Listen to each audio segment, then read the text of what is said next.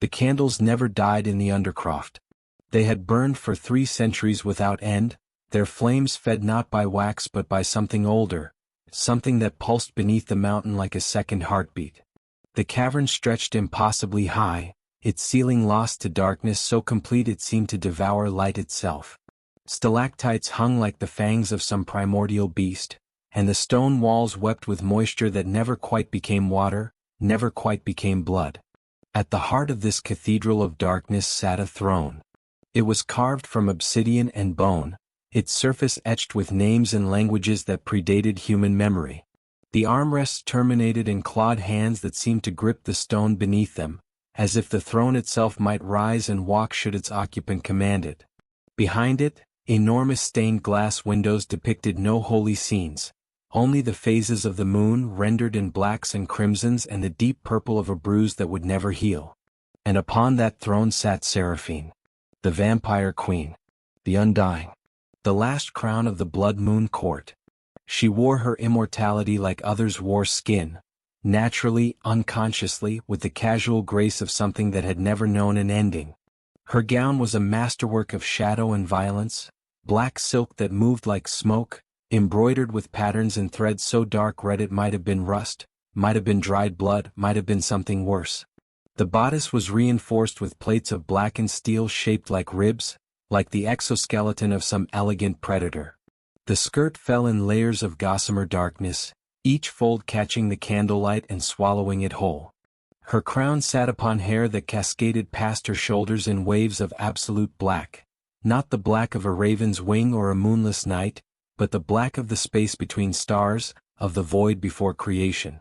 It was a simple circlet of twisted iron and onyx, unadorned save for 3 rubies the size of human eyes. Those who looked too long at those rubies swore they could see faces trapped inside, mouths open in eternal screams. But it was her face that truly held the power. Porcelain skin that had never known the sun stretched over features of such perfect symmetry they seemed almost inhuman, which of course they were. High cheekbones cast shadows beneath themselves. Lips the color of fresh spilled wine curved in an expression that was neither smile nor frown but something ancient and unreadable. And her eyes burned. Crimson irises ringed with gold, pupils that contracted to slits when she was hungry or amused or reminded of the centuries she had consumed. They were the eyes of something that had seen empires rise from nothing and collapse into dust. Eyes that had watched forests grow and die and grow again. Eyes that had loved and lost and learned not to love, because love required vulnerability, and vulnerability was the only luxury an immortal could not afford. Behind her shoulders, folded against her back like the memory of flight, were wings. They were not the feathered wings of angels or the leathery wings of lesser vampires. These were something else entirely, vast membranes of darkness stretched over bones that seemed too delicate to support their span, yet strong enough to carry her through storms that would tear ships apart. When fully extended they could block out the moon.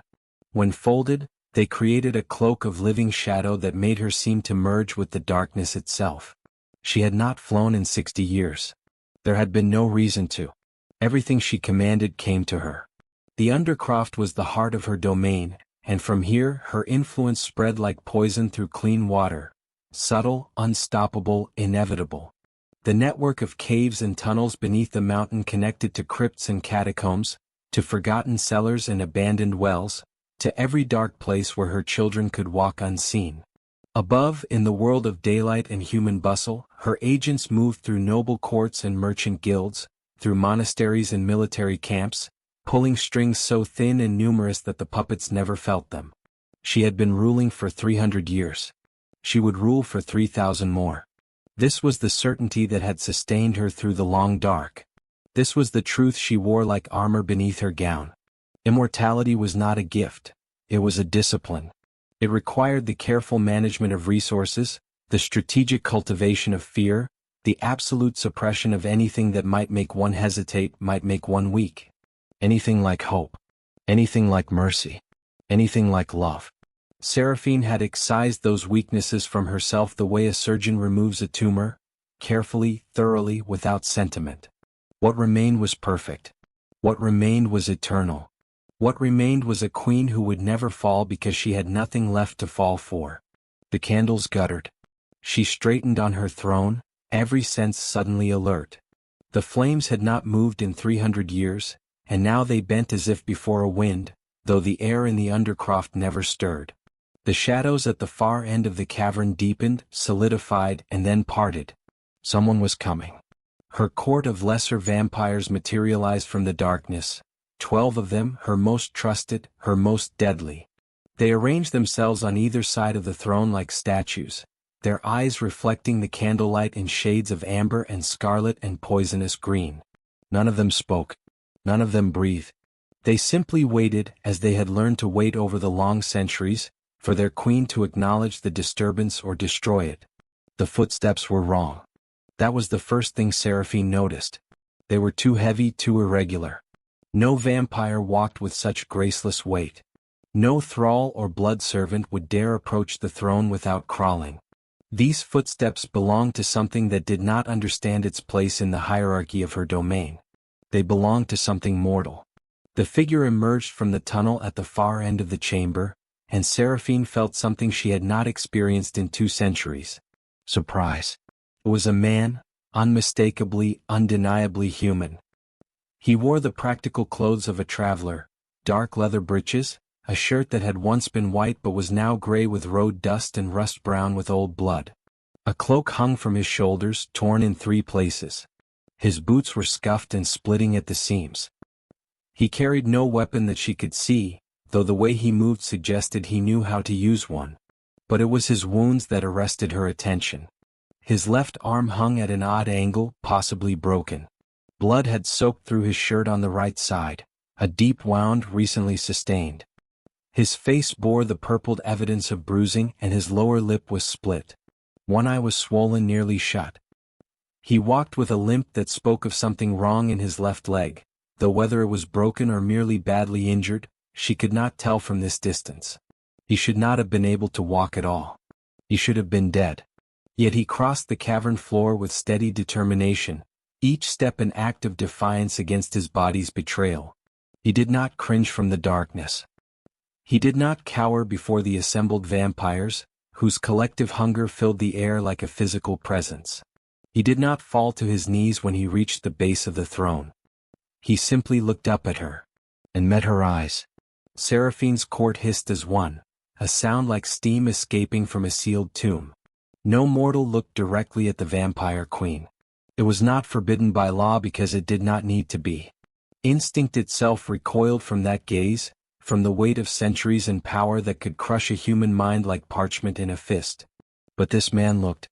His eyes were gray, not the gray of storm clouds or slate, but the gray of smoke, of ash, of things that had burned and been reduced to their essential elements. They held pain, exhaustion, determination, and something else. Something that made the dead space where Saraphene's heart had once beaten give a phantom flutter. Recognition. "You are Saraphene," he said.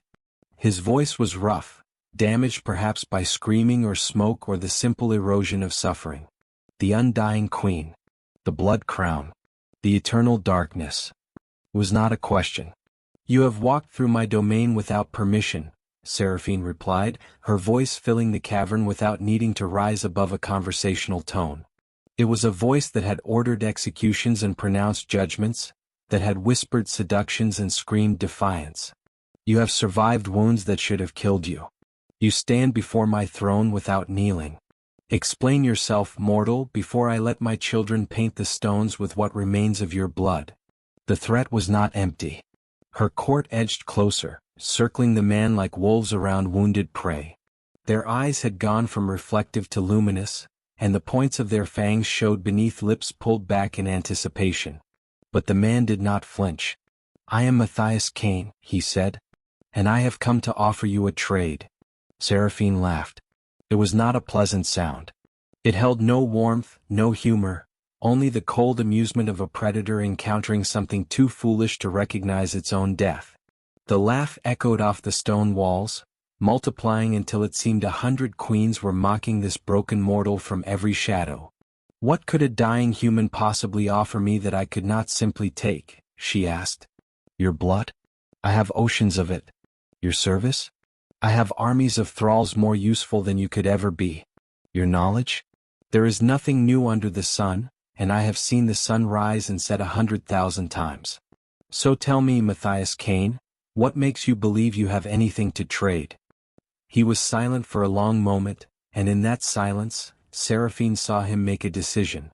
Saw him weigh something in his mind, measure it against his wounds and his exhaustion and his impossible presence in her throne room, and find it adequate. I can offer you mortality, he said quietly. The cavern went absolutely still. Even the candle flames stopped their flickering. The assembled vampires froze mid-circle, their hunting instincts confused by a statement that made no sense. Saraphene herself felt the phantom flutter again, stronger this time, as if something long dead were trying to remember how to beat. Explain, she commanded. Matias swayed slightly, his injuries finally catching up with his determination. But he locked his knees and remained standing. For 300 years you have been immortal. Untouchable. Beyond death, beyond time, beyond consequence. But immortality is not power, your majesty, it is a prison. You cannot die. Therefore you cannot risk. Cannot truly choose. Cannot change. You are as fixed and unchanging as this throne, this mountain, this eternal night. You speak of imprisonment, Saraphene said softly, dangerously. You who will die within days whether I kill you or not. You whose entire existence is a brief flicker between one darkness and another. You dare to call my eternity a prison? Yes, Matias said simply. Because I have seen what it has made you. The wrongness of the statement hit her like a physical blow. He should not have said seen. He should have said heard, or learned, or been told. Seen implied observation, implied familiarity, implied. You have been watching me, Saraphene said. It was not a question, but Matias answered anyway. For 5 years. 5 years. Impossible.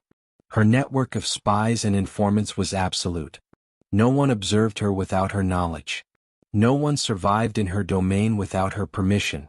And yet this mortal stood before her claiming to have studied her for half a decade, and the certainty in his eyes suggested he was not lying. How? The word came out sharper than she intended. Carefully, Matias replied. And at great cost. He gestured to his wounds with his functioning arm. Your sentries do not appreciate observers. But I learned to move through the spaces between your attention. To watch from the margins. To see what you let no one else see. And what did you see? Saraphene leaned forward on her throne, genuinely curious now. This man was insane, clearly, humans who obsessed over vampires always were. But there was a quality to his madness that intrigued her, a method to his suicidal boldness. Matias met her eyes again, and this time she saw it clearly. Not just recognition. Not just determination. Sadness. I saw you sit on this throne for 14 days without moving, without speaking, without doing anything but staring into the darkness, he said quietly. I saw you walk through your own portrait gallery and not recognize yourself in paintings from a century ago. I saw you order the execution of a thrall who had served you faithfully for 30 years because he reminded you of someone you had once known, someone whose name you could no longer remember. Each word was a blade, precise and devastating. Saraphene's fingers tightened on the armrests of her throne, the stone beneath them cracking with the pressure. I saw you stand at the entrance to your own domain one night, Matias continued, and watch the sun rise without moving forward. Because you wanted to feel the sun again. Because you remembered just for a moment what it was like to be warm. Enough. Her voice was a whip crack, echoing through the cavern with enough force to scatter dust from the ancient stones. You have said quite enough, mortal. But Matias was not finished. I saw an immortal queen who has lived so long she has forgotten how to live. Who has become a monument to herself. Who rules in eternal darkness because she is too afraid to step into the light. And I thought, he swayed again, caught himself. I thought perhaps she might want to remember what it means to be vulnerable again. To be human again. To be mortal. You thought wrong. Saraphene rose from her throne, her wings unfurling behind her in a cascade of shadow. She descended the 3 steps to the cavern floor, and her court parted before her like water before a ship's prow. She stopped 3 feet from Matias, close enough to smell the blood on him, close enough to hear the labored beating of his failing heart. "I am not afraid of mortality," she said, her voice dropping to a whisper that was somehow more terrible than her earlier shout. "I conquered it. I transcended it. I destroyed it so thoroughly that death itself forgot my name. What you call fear, I call victory. What you call imprisonment, I call sovereignty. I am not trapped in immortality, I have built an empire from it." She reached out with one pale hand, her nails sharp enough to open his throat with the gentlest pressure. But she did not strike. Instead, she touched his face, the unmarred side where the bruising had not yet bloomed. Her fingers were cold, corpse cold, and Matias shuddered at the contact. "You have watched me for 5 years," Saraphene continued. "You have learned my routines, mapped my domains, studied my weaknesses. And from this you concluded that I am lonely, that I am lost, that I hunger for the very mortality I shed like a snake's skin." She leaned closer, her crimson eyes filling his vision. "But you forgot to ask yourself one crucial question, Matias Cain." "What question?" His voice was barely audible. "Why am I letting you live?" The question hung between them like a blade. Saraphene could feel his pulse hammering against her palm, could hear the sharp intake of breath as understanding dawned. She could have killed him the moment he entered her domain. She could have had her sentries tear him apart the first time he tried to spy on her. She could end him now with a thought. But she had not, would not, could not. And in that moment, staring into the smoke-gray eyes of a dying mortal who had somehow seen past her centuries of armor, Saraphene felt something she had not experienced in 300 years. Fear. Not fear of death, she had long since moved beyond that. Not fear of pain or loss or defeat. This was something more fundamental, more terrifying. It was the fear of being known. "You are correct," she said, releasing him and stepping back. Her wings folded against her back once more. "I have been lonely. I have been lost. I have ruled my darkness for so long that I no longer remember what I am ruling it for." She turned away from him, facing her throne, her court, the eternal candles that would burn long after even memory forgot her name. "But you are wrong about one thing," she continued. "I do not want to be mortal again. Mortality is not a gift I seek, it is a curse I inflicted on you. I condemned you to death, Matias Cain, though I never touched you, never spoke to you, never knew your name until tonight. I condemned you simply by existing in a world you could not resist studying. Simply by being a mystery you felt compelled to solve." She looked back over her shoulder at him. "You say you can offer me mortality. But you have already given me something far more dangerous." "What?" Matias asked. "A reason to want it." The admission hung in the air between them, impossible and true. Saraphene had spoken her weakness aloud, had given it form and substance. And now it could not be unspoken. Could not be ignored. Could not be crushed beneath the weight of centuries and sovereignty and cold immortal logic. Because this mortal, this dying man with his broken body and his smoke-gray eyes, had done the impossible. He had made her remember what it meant to be seen. Not as a queen. Not as a monster. Not as an eternal power beyond mortal comprehension. But as someone who could still feel. Could still want. Could still ache for something she had convinced herself she no longer needed. Connection. "You will stay," Saraphene commanded, her voice firming with decision. "My court will prepare chambers for you. You will be tended to, your wounds healed. And when you are strong enough to stand before me without swaying," she paused, considering, "we will continue this conversation." "And if I refuse?" Matias asked. "Then you will die on the journey out of my domain," Saraphene replied matter-of-factly. "Your wounds are too severe. You have perhaps 6 hours before blood loss and infection claim you. The entrance to the undercroft is 3 days' walk from here. The mathematics are not in your favor." She watched emotions war across his face, pride, pragmatism, pain, and something else.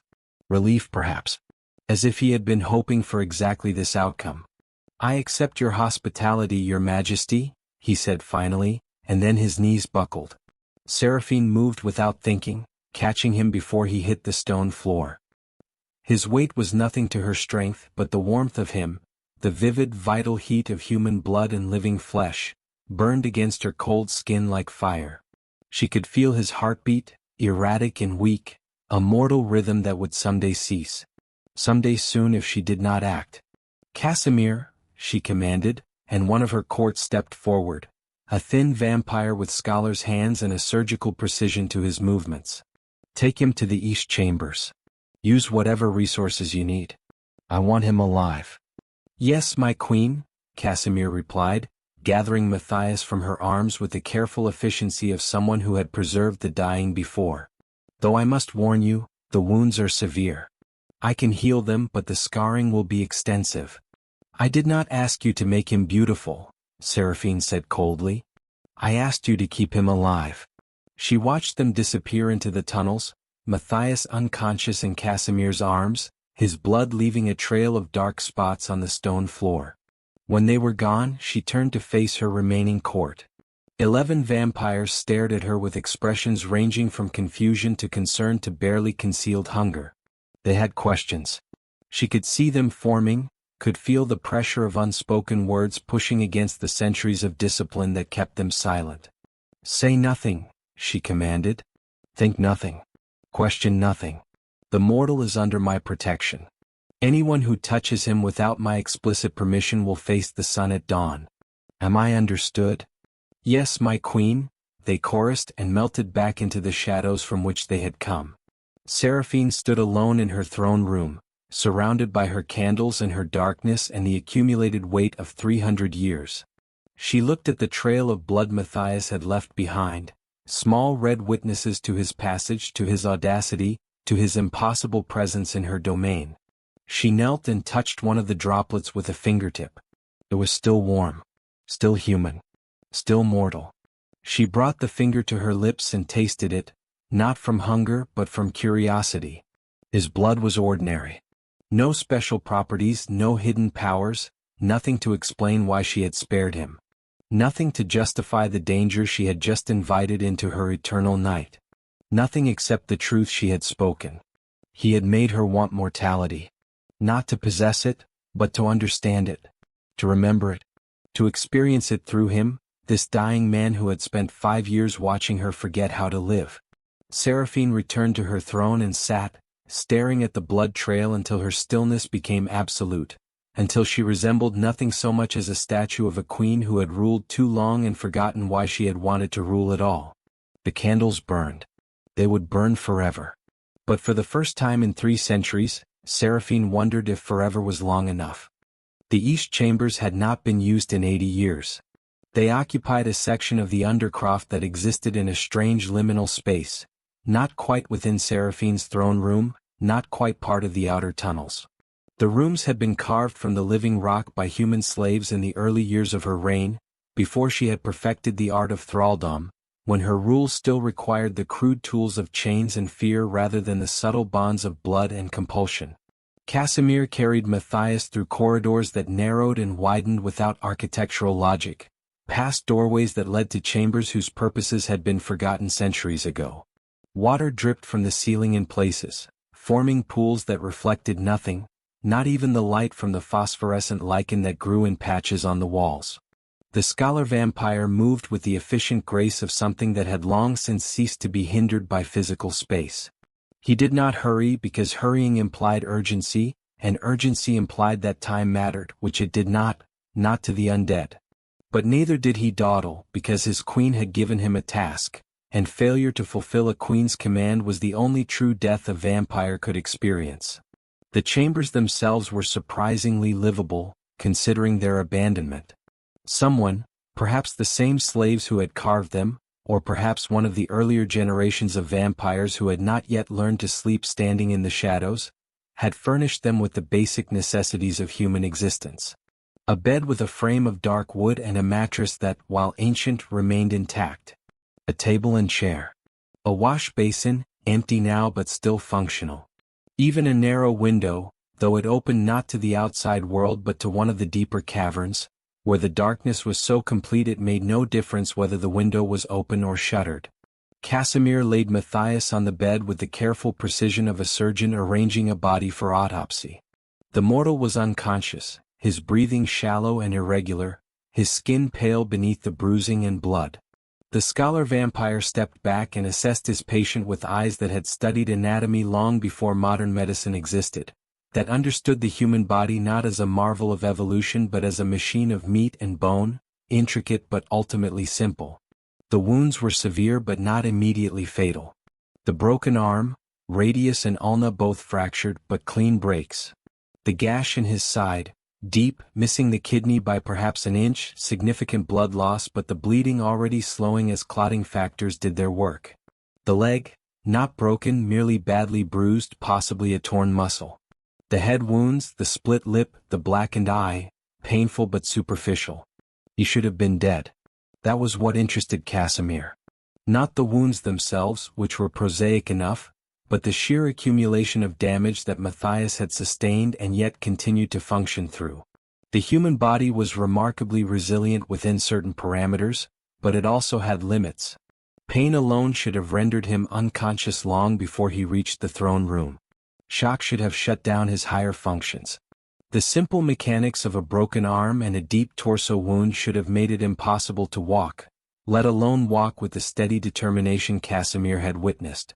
Unless he had been sustained by something other than flesh and bone. By will, perhaps. By obsession. By the kind of single-minded focus that could override the body's survival instincts and push it past the point where it should have failed. Casemir had seen it before, though not in many decades. Crusaders in the early years, driven by religious fervor to attack vampire enclaves with nothing but faith and steel. Lovers tracking their transformed beloveds into the night, armed only with grief and determination. Parents seeking vengeance for children taken by the blood. They all died, of course. Eventually. Will could take a human body far past its normal limits, but it could not rewrite the fundamental rules of biology. Blood loss killed. Infection killed. Shock killed. And in the end, mortality itself killed, because that was what mortality did. But Saraphene had ordered him kept alive. So Casemir set to work. He began with the immediate threats, cleaned the side wound with water drawn from a spring deep beneath the mountain, water that had never seen sunlight and thus retained a certain purity useful for medical applications. The gash was deep but relatively clean. No signs of infection yet, though that would come if left untreated. He pressed the edges of the wound together and held them there, using his supernatural stillness to maintain perfect pressure while the body's own healing factors began to knit the flesh. Vampires could not heal the living. Their blood was a poison, not a cure. But they could create conditions for healing, could use their strength and precision to do what human hands could not sustain. Casemir held the wound closed for an hour, unmoving, unbreathing, while Matias's unconscious body struggled to repair itself. When he finally released the pressure, the wound had closed enough to no longer pose an immediate threat. It would scar badly, would leave Matias with a permanent reminder of whatever violence had brought him to the undercroft. But it would not kill him. The arm was more complex. Casemir felt along the length of it with fingers that could detect the hairline fractures in bone that would be invisible to human examination. Both the radius and ulna were broken, but the breaks were clean, the bones still aligned. He set them with the same inhuman patience he had used on the wound, holding the bones in perfect position while he fashioned a splint from pieces of wood pried from the ancient furniture. By the time he finished, Matias had been unconscious for 3 hours. Casemir cleaned the facial wounds, assessed the damage to the eye, swollen shut but not permanently injured, and treated the myriad smaller injuries that covered the mortal's body like a map of violence. Each bruise told a story. Each cut suggested a weapon. The pattern of damage painted a picture of a man who had been hunted, cornered, beaten, and yet somehow had escaped to make his way here. To make his way to the Queen. That was the part that interested Casemir most. Not how Matias had survived his injuries, but why he had expended such effort to reach Saraphene. What drove a mortal to seek an audience with death itself? What obsession could be strong enough to override survival instinct, pain, and simple common sense?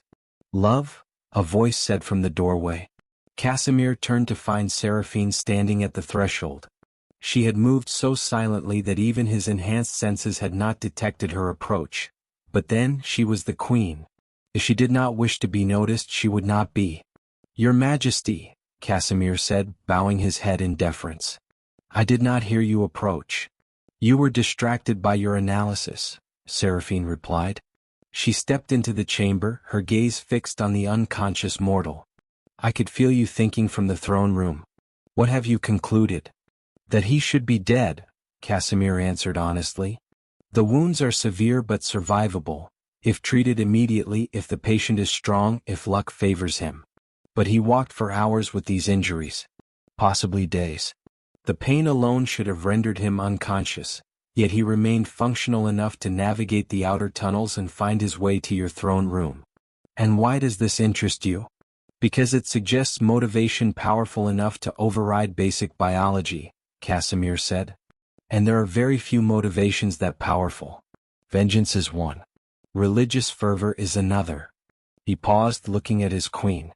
Love is the strongest. Saraphene said nothing for a long moment. She moved to stand beside the bed, looking down at Matias with an expression Casemir could not quite read. It was not the cold assessment of a predator examining prey. It was not the casual disinterest of an immortal observing a mayfly's brief lifespan. It was something else, something Casemir had not seen on his queen's face in the century he had served her. It was recognition. He said he has been watching me for 5 years, Saraphene said quietly. 5 years of observation. 5 years of studying my patterns, mapping my domain, learning my habits. That is not the action of an assassin or a hunter. That is the action of someone trying to understand. Or someone trying to find a weakness, Casemir suggested carefully. Perhaps, Saraphene agreed. But if he sought a weakness to exploit, why reveal himself? Why walk into my throne room and offer a trade? Why not simply use whatever vulnerability he discovered? She reached out and touched Matias's face, her fingers tracing the line of his unmarred cheek with a gentleness that seemed almost foreign to her nature. Because he does not want to destroy you, she continued. He wants to save you. The statement hung in the air between them, impossible and true. Casemir said nothing because there was nothing to say. He was a scholar, an observer, a preserver of knowledge. He understood the mechanics of biology and the patterns of behavior. But he did not understand this. Did not understand how a mortal could look at an immortal monster and see something worth saving. Did not understand how his queen, who had spent 3 centuries building walls of ice and darkness around whatever remained of her heart, could stand beside a dying human and touch him with something that looked almost like tenderness. Will he live? Saraphene asked. If he wishes to, Casemir replied. The wounds are treated. The immediate dangers addressed. But survival at this point is as much a matter of will as medicine. He must want to wake up. Must want to continue living. And I do not know if he does. He does, Saraphene said with certainty. He did not walk through my domain dying just to expire in a comfortable bed. He has something more to say. Something more to offer. She withdrew her hand from Matias's face and turned to face Casemir fully. You will watch him, she commanded. You will ensure he recovers.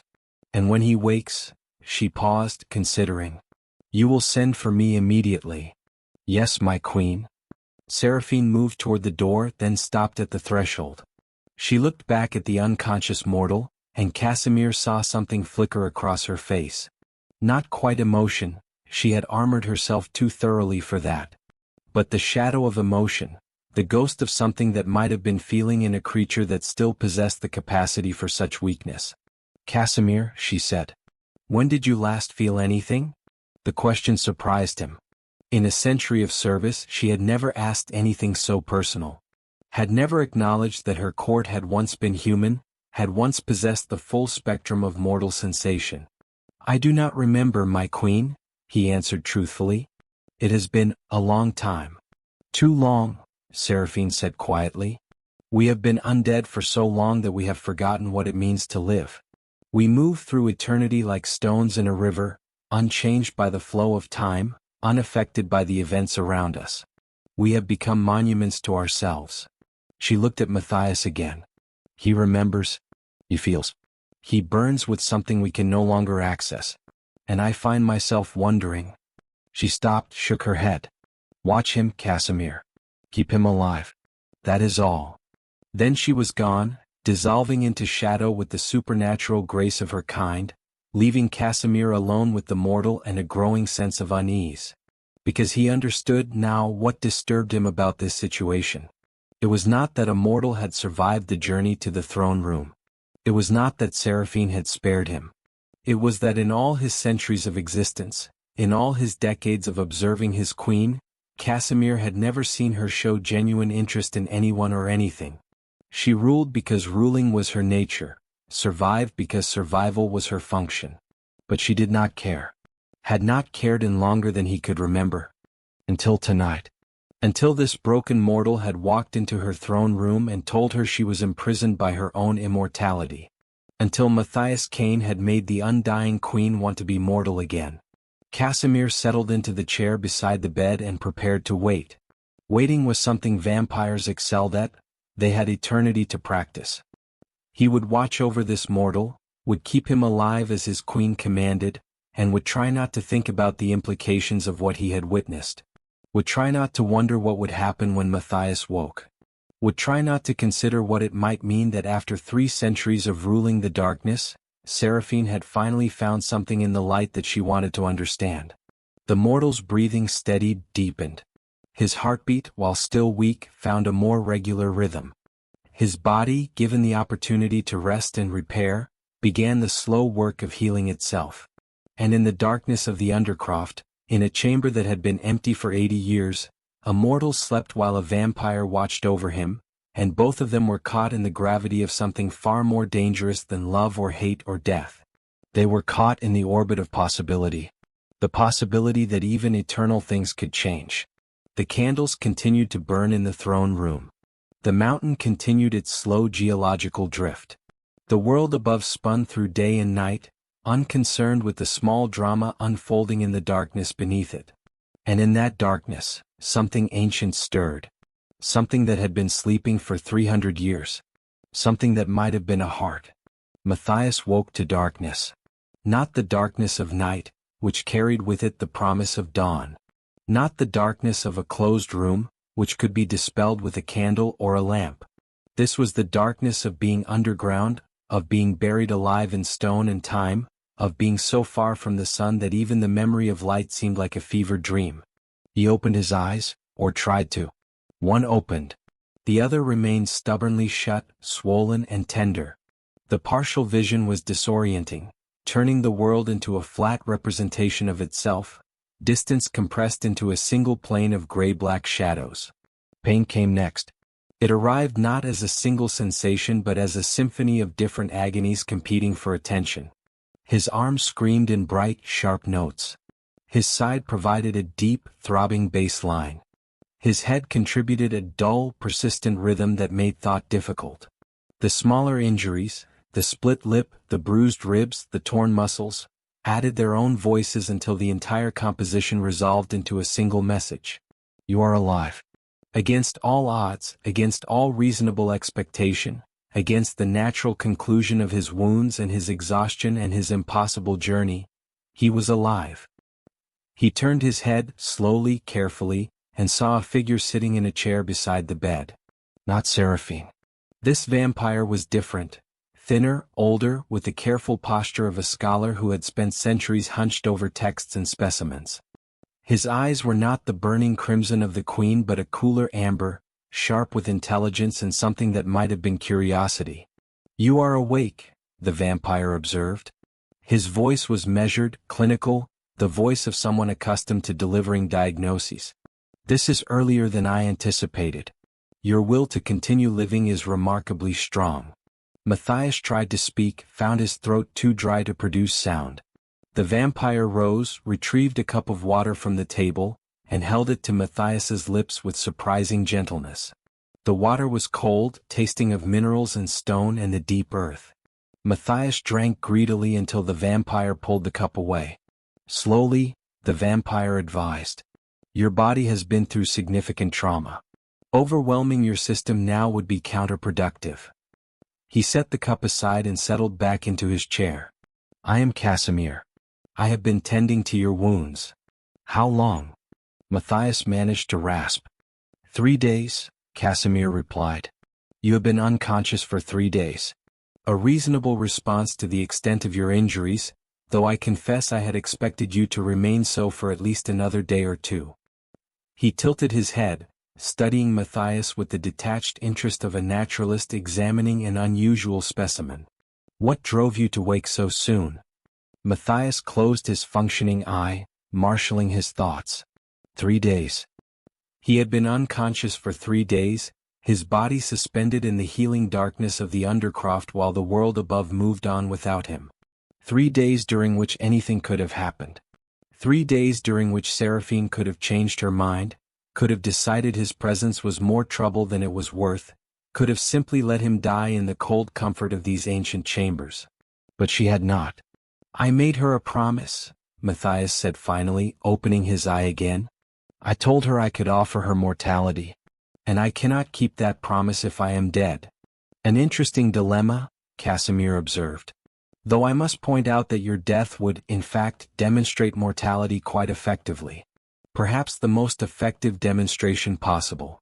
Despite the pain, despite the exhaustion, despite everything, Matias felt a smile tug at his split lip. That is not the kind of mortality she needs to see. And what kind does she need? The question was genuinely curious, without mockery or malice.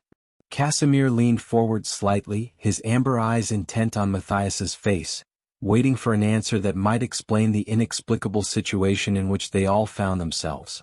The kind that chooses, Matias said. The kind that lives knowing it will die and finds meaning in that knowledge. The kind that makes every moment matter because there will not always be more moments. He shifted on the bed, biting back a gasp as the movement pulled at his side wound. She has forever. She has eternal security. She has power beyond mortal comprehension. And none of it means anything because she cannot lose it, cannot risk it, cannot choose to walk away from it. You speak as if immortality is a curse, Casemir said softly.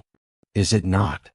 Matias met the vampire's gaze with his single functioning eye.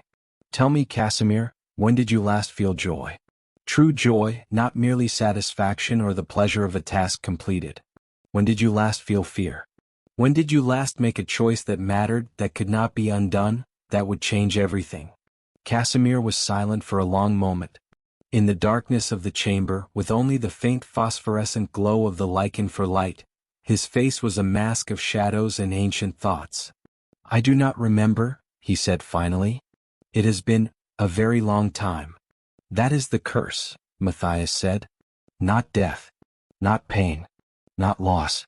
But the slow erosion of everything that makes existence meaningful. You live forever and in doing so you forget why you wanted to live at all. And yet humans fear death above all things, Casemir pointed out. They spend their brief lives in terror of the ending, grasping at any chance to extend their years. If they could choose immortality, most would take it without hesitation. Some would, Matias agreed. Those who have not yet learned that length and meaning are not the same thing. But those who understand, truly understand, would choose mortality every time. Because it is the ending that gives the beginning its weight. It is the knowledge that we will die that makes us truly alive. He shifted again, managing to prop himself up slightly against the pillows. The effort left him breathless and sweating, but he needed to sit up, needed to face this conversation with something other than the vulnerability of lying flat.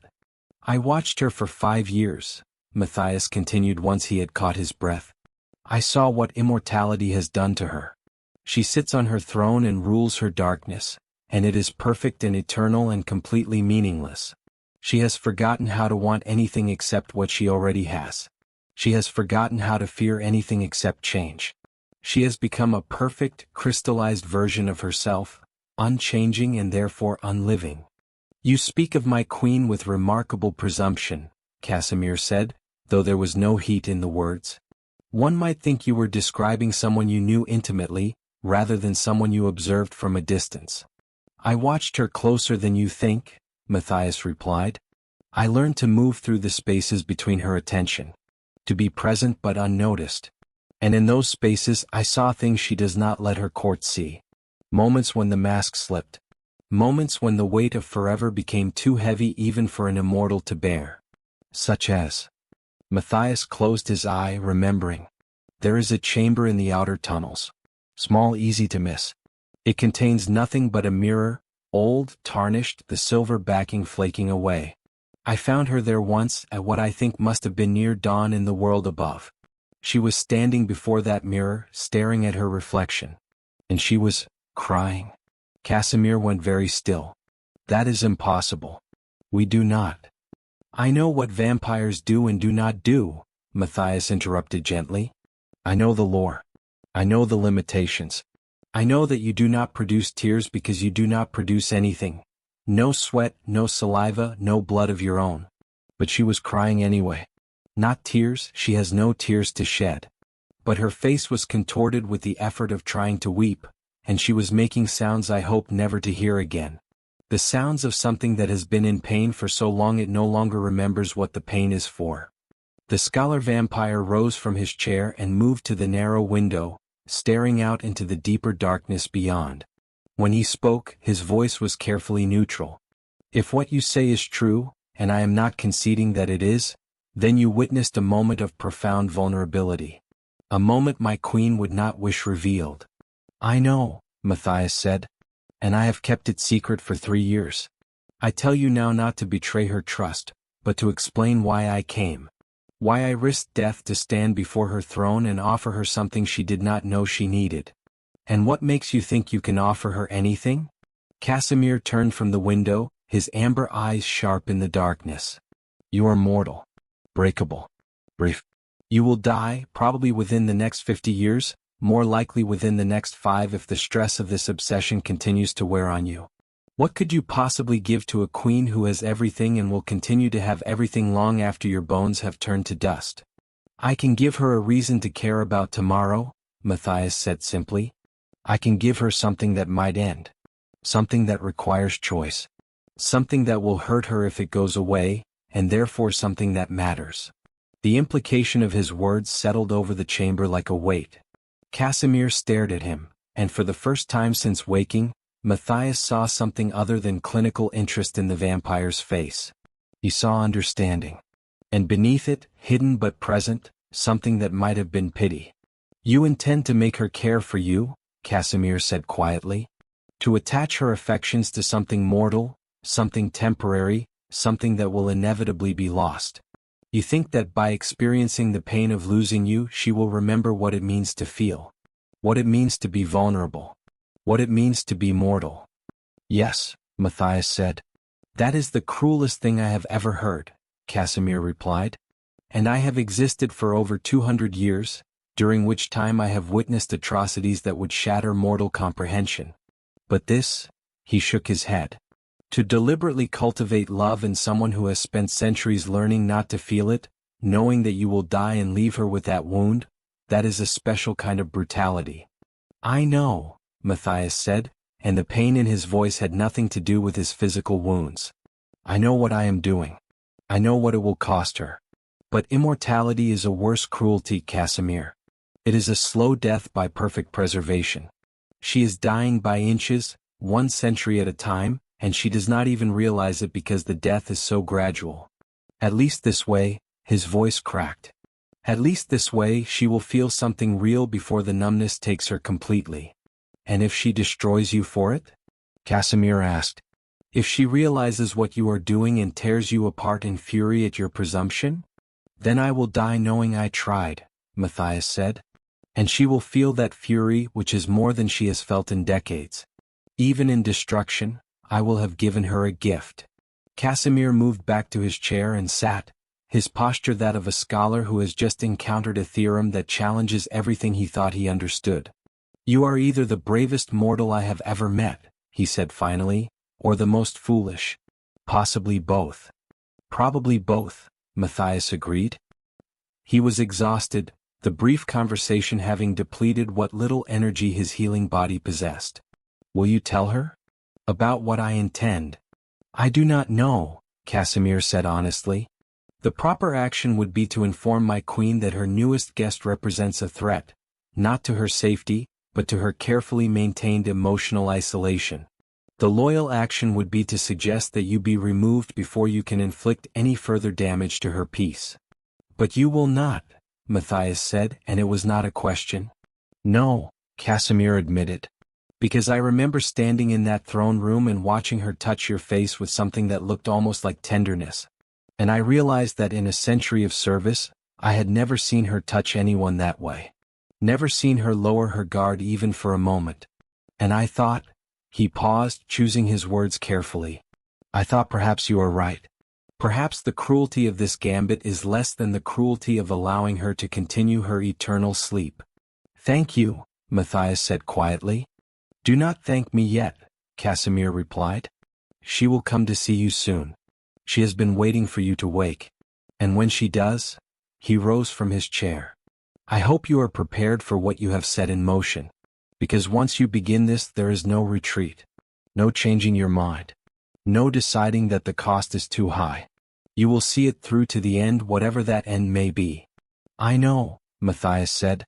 I have known since the moment I decided to watch her. Since the moment I saw her standing at the edge of her domain, staring at a sunrise she could never touch. I have been committed to this ending from the beginning. Then rest, Casemir advised. Gather your strength. You will need it for what comes next. He moved toward the door, then paused at the threshold, looking back at the mortal who had come to break his queen's heart in order to save it. For what it is worth, Casemir said, I hope you succeed. I hope you give her something worth feeling, even if that feeling is pain. Because you are right about one thing, we have been dead for so long that we have forgotten how to live. And perhaps it takes a dying man to remind us. Then he was gone, leaving Matias alone in the darkness with his wounds and his plans and the terrible certainty of what he was about to do. He settled back into the pillows, his body demanding rest even as his mind raced forward, planning the conversation to come. You would need to be careful. Precise. Saraphene was too intelligent to be manipulated crudely, too experienced to fall for obvious ploys. He would need to let her come to the realizations herself, to make her think that choosing to care was her own decision rather than his design. It would be delicate work. Dangerous work. Work that might fail at any moment and leave him with a painful death and her with nothing but confirmed isolation. But it was the only work worth doing. Because he had not lied when he told Casemir that he had been watching her for 5 years. Had not exaggerated when he described the moments when her mask slipped and the weight of eternity showed through. What he had not mentioned, what he would never mention to anyone, was that somewhere in those 5 years of observation, of learning her patterns and mapping her domain and studying her careful emotional architecture, he had made a terrible mistake. He had fallen in love with her. Not with the mask she wore. Not with the power she projected. Not with the immortal queen who ruled the darkness without fear or mercy or doubt. But with the woman who stood before a tarnished mirror and tried to weep without tears. With the creature who watched sunrises she could never touch. With the being who had lived so long she had forgotten how to live, and who suffered that forgetting in solitude because she had no one who could understand. He had fallen in love with her loneliness. And now he was going to save her from it, even if it destroyed them both in the process. Matias closed his eye and let sleep take him once more. When he woke, she would be there. When he woke, the real work would begin. When he woke, he would start teaching an immortal queen how to be mortal again. And in doing so, he would give her the most precious gift he possessed. The certainty that it would end. She came at what Matias judged to be the middle of the 4th night. He had been awake for hours, his body slowly rebuilding its reserves of strength, his mind running through conversations that might never happen. Casemir had visited twice more, once to change the dressing on his side wound, once to bring food and water that Matias forced himself to consume despite his lack of appetite. The scholar vampire had said little during these visits, his silence heavy with unspoken thoughts. But now Casemir was gone, and Matias was alone in the chamber when the shadows at the doorway condensed and became Saraphene. She did not enter immediately. She stood at the threshold, her crimson eyes reflecting the faint lichen light in shades of blood and fire, and simply looked at him. Matias forced himself to meet that gaze, though every instinct screamed at him to lower his eyes, to show submission, to acknowledge the vast gulf of power between them. But if he showed submission now, he would never be anything more than another subject. Another thrall. Another brief distraction in an endless reign. So he held her gaze and waited. "You are healing," Saraphene observed finally. She stepped into the chamber, her wings folded tight against her back, her gown whispering across the stone floor like a dying breath. "Casemir says you woke earlier than expected. That your will to live is unusually strong." "I have things I still need to do," Matias replied. His voice was steadier than he had expected, despite the pain that still sang through his body with every breath. "Such as? Keep my promise to you." Saraphene moved closer, stopping at the foot of the bed. In the dim light, she seemed less like a person and more like a work of art, something sculpted from alabaster and obsidian and old blood, beautiful and terrible in equal measure. "You promised to offer me mortality. I'm still waiting to understand what you meant by that. You cannot make me mortal. If such a thing were possible, I would have discovered it in 3 centuries of existence. And I doubt you possess some hidden magic that has eluded me." "I do not need magic," Matias said. "I only need time." "Time?" A hint of amusement colored her tone. "Time is the one resource you do not have, Matias Cain. You are mortal. You will be dead in decades, possibly sooner given your penchant for injuries. I, however, have all the time in existence. So explain to me how time helps your cause." Matias pushed himself more upright, ignoring the sharp protest from his side. He needed to have this conversation from a position of at least partial equality, not lying flat like a patient or a corpse. "You misunderstand," he said. "I do not need time to make you mortal. I need time to show you what mortality means. To let you experience it through me. To give you something you have not had in 300 years. And what is that? A reason to count the days." The words hung in the air between them. Saraphene's expression did not change, it remained the careful mask of an immortal who had learned long ago not to react, not to reveal, not to give anything away. But Matias saw the minute shift in her posture, the subtle tension in her shoulders. He had her attention. "The difference between immortality and mortality is not death," Matias continued. "It is relevance. When you have forever, nothing is urgent. Nothing is precious. Nothing demands your immediate attention because you can always attend to it later. Tomorrow or next week or next century, it makes no difference when you have eternal time." "And this is a problem?" Saraphene asked, her tone carefully neutral. "It is a tragedy," Matias replied, "because it means you never truly experience anything. You move through existence in a state of permanent deferral, never committing fully to any moment because there will always be more moments. You become a ghost in your own eternity, present but not engaged, alive but not living." He saw the words land, saw them strike something deep in her carefully armored psyche. She did not flinch, did not look away, but something shifted in the quality of her stillness. "You presume to understand my experience," she said softly, and there was danger in that softness. "You, who have existed for perhaps 3 decades, think you comprehend what it means to live for 3 centuries. That is either remarkably bold or fatally arrogant." "Perhaps both," Matias admitted. "But I have had 5 years to observe you. 5 years to study how you move through your own eternity. And I know what I saw." "What did you see?"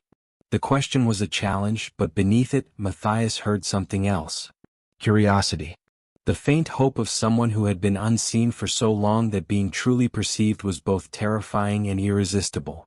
"I saw you visit the portrait gallery every year on the same night," Matias said.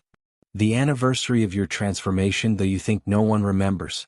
I saw you stand before the painting of yourself from 50 years ago, and then the one from 100 years ago, and then the one from 200 years ago. I saw you study them as if they were portraits of strangers. As if you could no longer remember the person you were in each of those moments because they have all blurred together into one eternal present." Saraphene's hands tightened on the footboard of the bed. It was the first truly uncontrolled reaction he had seen from her. "I saw you execute that thrall," Matias continued, his voice gentle now, careful. "The one who had served you for 30 years. He called you by a name you used 2 centuries ago, a private name I think from before your reign. And you had him destroyed not because he was disloyal or incompetent, but because hearing that name reminded you of a version of yourself you could no longer access. Because remembering hurt worse than forgetting. Stop. The word was quiet but absolute. I saw you stand at the threshold of your domain and watch the sun rise, Matias pressed on. You were so close to the light. Close enough that the first rays must have felt like heat on your skin. Close enough to remember what it was like to be warm. And you stood there for the entire sunrise, not retreating, not advancing, just existing in that liminal space between the darkness you rule and the light you can never touch again. I said stop. Her voice had not risen, but the temperature in the chamber dropped 10 degrees. Frost formed on the stone walls. The lichen light flickered and dimmed. But Matias did not stop. You are so lonely, he said, and the words came out thick with emotion he had not meant to reveal. So desperately, profoundly lonely that you have convinced yourself loneliness is strength.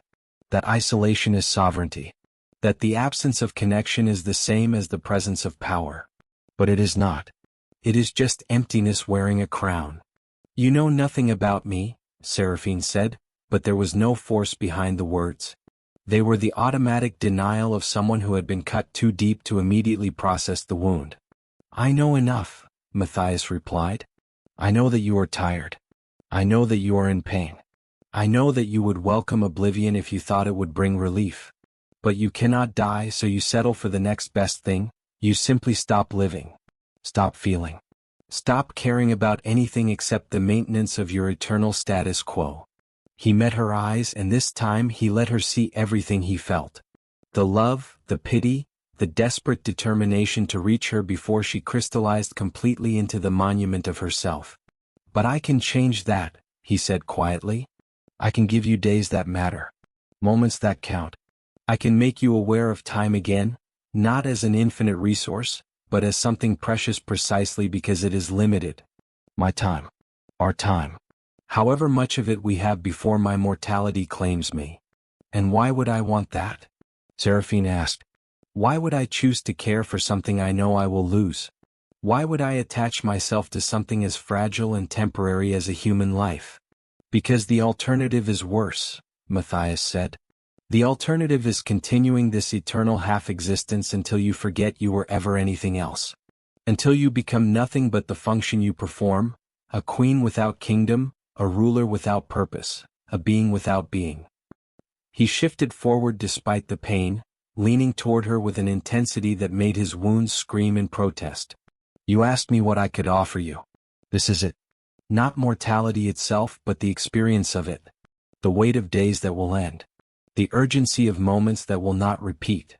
The terrible, beautiful knowledge that what we have together will not last forever, and is therefore more precious than anything immortal. Saraphene stared at him for a long moment. Her expression was unreadable, her crimson eyes reflecting nothing of the storm that must be raging behind them. Then, slowly, she moved around the bed and sat on its edge, close enough that he could feel the cold that radiated from her body. You are asking me to love you, she said flatly. That is what this entire elaborate argument reduces to. You want me to care for you, to value our time together, to experience the pain of your eventual loss. You have dressed it up in philosophy and observation, but at its core, you are simply asking for something every mortal wants, to matter to someone more powerful than themselves. Yes, Matias said simply. I'm asking you to love me. Or at least to let yourself be open to the possibility of loving me. Because in doing so, you will remember what it means to be vulnerable. To have something to lose. To care about a future that is not guaranteed. And when you die? Saraphene asked. When your brief candle burns out and I am left alone again with centuries ahead of me and the fresh memory of what I lost. What then? Do you think that will be a gift? Do you think I will thank you for reminding me of everything I gave up when I chose immortality? I think you will grieve, Matias said honestly. I think it will hurt worse than anything you have experienced in 300 years. I think you will wish you had never met me, never allowed yourself to care, never opened yourself to this wound. He reached out with his uninjured hand and very carefully touched her face. She did not pull away. But I also think that grief will be the most real thing you have felt in centuries, he continued. And I think that after the pain fades, and it will fade eventually, you will find that you remember how to feel other things too. Joy, fear, hope, anger. All the messy, complicated, impossible emotions that make existence something more than just endless time. You will remember how to live, Saraphene. And that will be worth the pain of losing me. She closed her eyes, an oddly human gesture from something that had not been human for 3 centuries. When she opened them again, they held something Matias had not seen before. Tears. Not the physical tears she could not produce, but the ghost of them. The emotion of weeping without the mechanism. Her face remained dry, but her eyes held an ocean of grief, and for just a moment, the mask fell away completely. I do not know if I can do this, she whispered. I do not know if I remember how to care. It has been so long, Matias. So long since I allowed myself to want anything except what I already had. What if I cannot? What if I have become too crystallized, too perfectly preserved in my immortal isolation? What if you are offering me something I no longer have the capacity to accept? Then we will discover that together, Matias said. And at least you will have tried. At least you will know that you made the attempt, rather than spending the next 1,000 years wondering if you could have been different. Saraphene looked at him, really looked at him with the full weight of her attention, her power, her accumulated centuries. And Matias felt the pressure of that gaze like a physical force, assessing, measuring, stripping away every defense until she could see the truth of him. She saw his love, he knew. Saw his plan. Saw his manipulation and his genuine emotion all tangled together in a way that made them inseparable. Saw that he was using her loneliness against her, but also that he truly believed this was the kindest cruelty he could inflict. You are a dangerous man, Matias Cain, she said finally. More dangerous than any hunter or hero or holy warrior who has ever entered my domain. Because they sought to destroy my body, but you seek to destroy something far more fundamental. You seek to destroy my certainty. My careful equilibrium. My hard-won immunity to feeling. Yes, Matias agreed. I do. And you think this is mercy? I think this is love. The word hung between them, impossible and true. Saraphene stared at him and he stared back, and in that moment of perfect mutual understanding, something fundamental shifted. She leaned forward, slowly, giving him every opportunity to pull away. When he did not, she pressed her forehead against his, a gesture of intimacy so human, so warm, so desperately vulnerable that it hurt to witness. If I do this, she whispered, her cold breath ghosting across his face, if I allow myself to care for you, to count the days of your mortality, to experience time through your limited perspective, it will destroy me when you die. It will break something in me that 3 centuries have not been able to touch. You understand this? I understand, Matias said. And you still ask this of me? I do. Why? The word was barely audible. Why would you ask me to suffer so? Because suffering means you are still capable of feeling, Matias replied. And feeling means you are still alive. And being alive, truly alive, is worth any amount of pain. Saraphene was quiet for a long moment, her forehead still pressed against his, their breaths mingling in the cold air of the chamber. Then she pulled back, and when she looked at him, her expression had changed. The mask was not entirely gone, she had worn it too long to shed completely. But it had shifted, cracked, become something less perfect and therefore more real. Very well, she said. I will accept your offer, Matias Cain. I will let myself experience mortality through you. I will count the days of your life and value them as you insist they should be valued. I will open myself to the possibility of caring for something that will end. She stood, her wings unfurling slightly behind her. But understand this, when you die, when your brief candle finally burns out and I am left alone with the wound you have inflicted, I will remember this conversation. I will remember that you chose this pain for both of us, and I will hate you for it even as I grieve you. I understand, Matias said. I hope you do, Saraphene replied. She moved toward the door, then paused at the threshold, looking back at him. Rest. Heal. Grow strong again. Because I will not care for someone too weak to survive the caring. If we are going to do this, if we are going to teach an immortal what it means to be mortal, then you must be strong enough to withstand the weight of my attention. I will be, Matias promised. She nodded once, then dissolved back into shadow, leaving him alone with his wounds and his victory and the terrible knowledge of what he had just set in motion. He had done it. He had convinced the vampire queen to care. He had opened a crack in her armor that would widen with time, that would let feeling seep back into a heart that had been frozen for 3 centuries. He had given her something to lose and in doing so had given her a reason to value what she had. But he had also condemned her to pain. Had guaranteed that when his mortality claimed him, sooner rather than later, given his injuries and the dangerous path he walked, she would suffer as she had not suffered in centuries. Would grieve. Would ache. Would remember what it meant to lose something irreplaceable. It was the cruelest kindness he could imagine. And it was absolutely necessary. Because an immortal who felt nothing was not truly alive, no matter how many centuries she accumulated. But an immortal who had loved and lost would remember what it meant to be alive, even in the midst of her grief.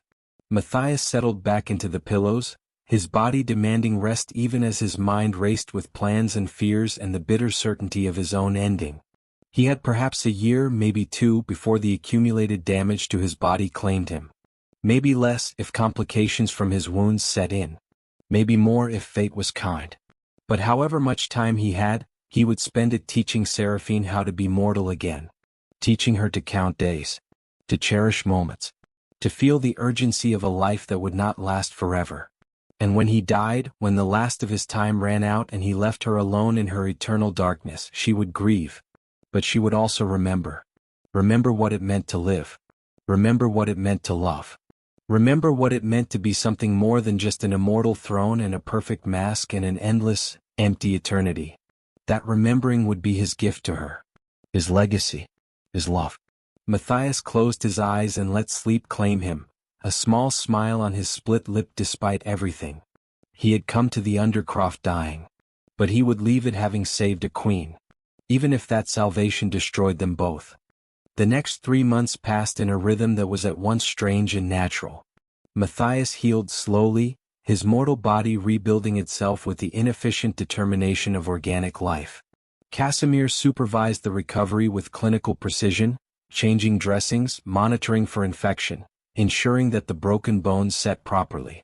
The scholar vampire never commented on the philosophical implications of his work, the irony of an immortal laboring to preserve a brief mortal life.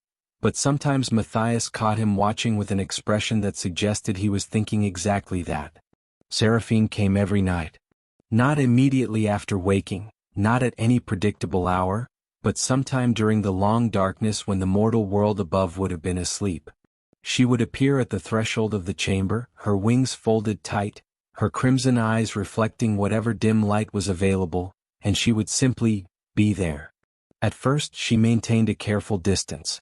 She would sit in the chair Casemir had occupied during the healing vigils, her posture perfect, her expression controlled. She would ask about his recovery with the polite interest of a monarch inquiring after a subject's health. Nothing more intimate than that. Nothing that suggested she had accepted his offer or opened herself to the possibility of caring. But Matias noticed the small things. He noticed that her visits grew longer each night, stretching from a few minutes to an hour, then 2 hours, then sometimes until Casemir arrived to insist Matias needed rest. He noticed that the questions became less formal, less about his physical condition and more about other things. His past, his thoughts, his reasons for choosing this dangerous path. He noticed that she began to arrive with things, not gifts exactly, but small objects that suggested she had been thinking about him during the hours between visits. A book of poetry from her library, its pages yellow with age but its binding still intact. A chess set carved from black and white marble, with pieces so detailed they seemed to breathe. A small painting in a tarnished frame, depicting a sunrise she must have witnessed centuries ago, before her transformation. "I thought you might appreciate seeing what you can never see yourself," she said when she brought that last offering. "Since you have condemned yourself to my darkness." "I appreciate it," Matias had replied, studying the painting's careful rendering of dawn light. "But I did not condemn myself. I chose this." "Those are not always different things," Saraphene observed. The conversations deepened with each visit. Matias told her about his life before the undercroft, his childhood in a small village that no longer existed, his training as a scholar, his growing fascination with the folklore of immortals. He explained how that fascination had become obsession, how obsession had become a quest, how the quest had led him to spend 5 years mapping her domain and learning her patterns. I was not always this person, he admitted one night, when his arm had healed enough to move without pain and his side wound had closed to an angry scar. I was a quiet man once. A careful man. Someone who lived in books and theories rather than risks and reality. But studying you changed me. Watching you changed me. I became someone who could walk into a vampire's throne room because I could not bear to see you suffer alone anymore. And now? Saraphene asked. Are you still that changed person?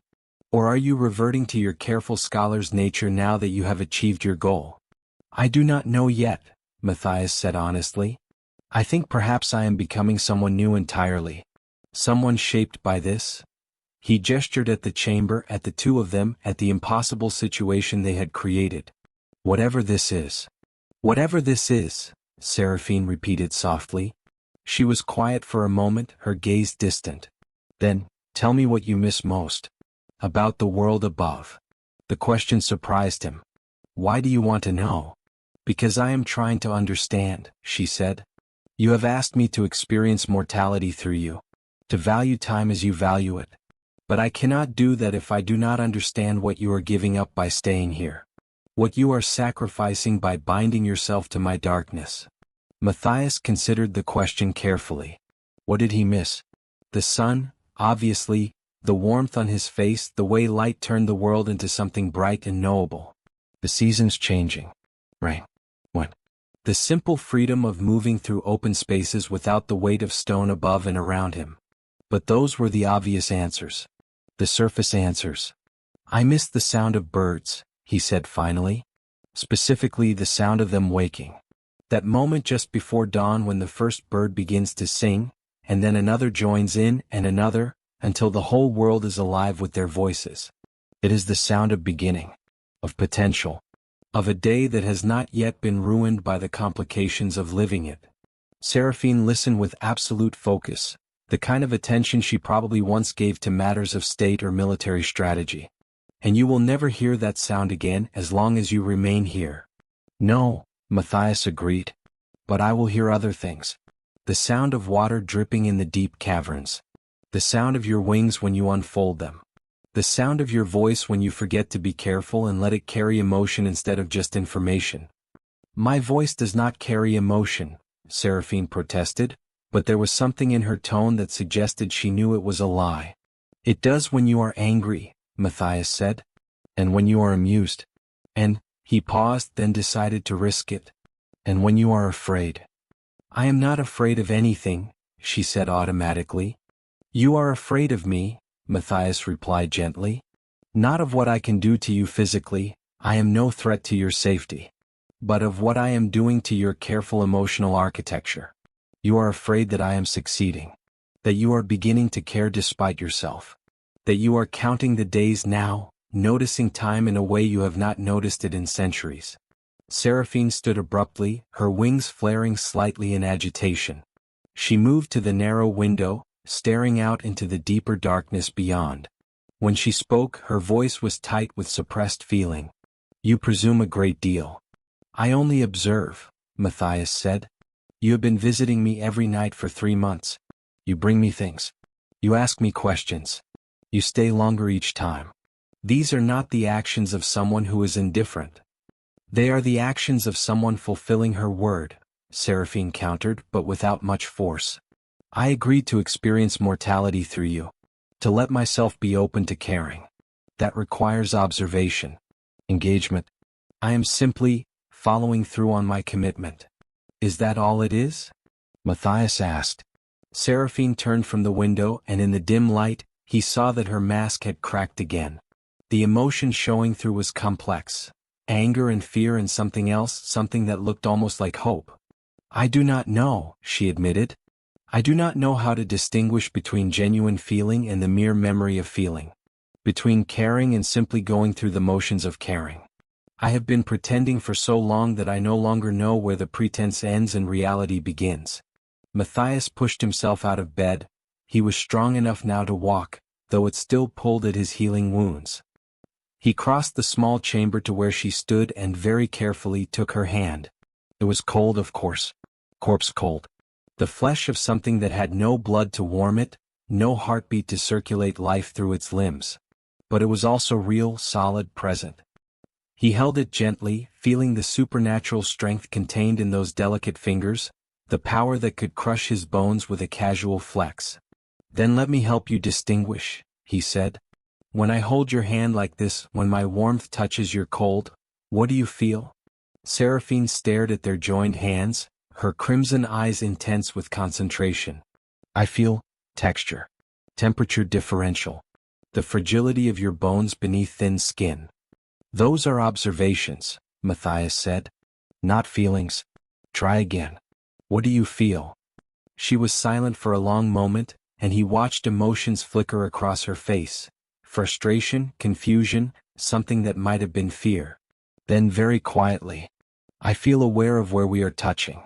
Conscious of it in a way that seems out of proportion to the simple physical contact. It is distracting. I find myself thinking about it during the hours when I am not here.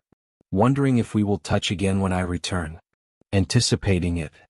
"That is feeling," Matias said gently. "That anticipation. That awareness. That is what it means to care." "It is terrifying," Saraphene whispered. "Yes," Matias agreed. "Caring always is. Because anticipation can become disappointment. Awareness can become pain. Contact can be broken. That is the nature of valuing something mortal. It carries the constant threat of loss." "I do not know if I can bear it," she said. "You can," Matias assured her. "You have borne 3 centuries of isolation. You have survived the slow crystallization of your own immortality. If you can bear that, you can bear this.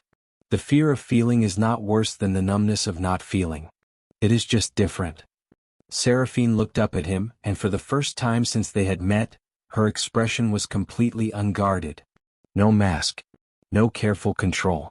Just raw, honest vulnerability. "What if I do this wrong?" she asked.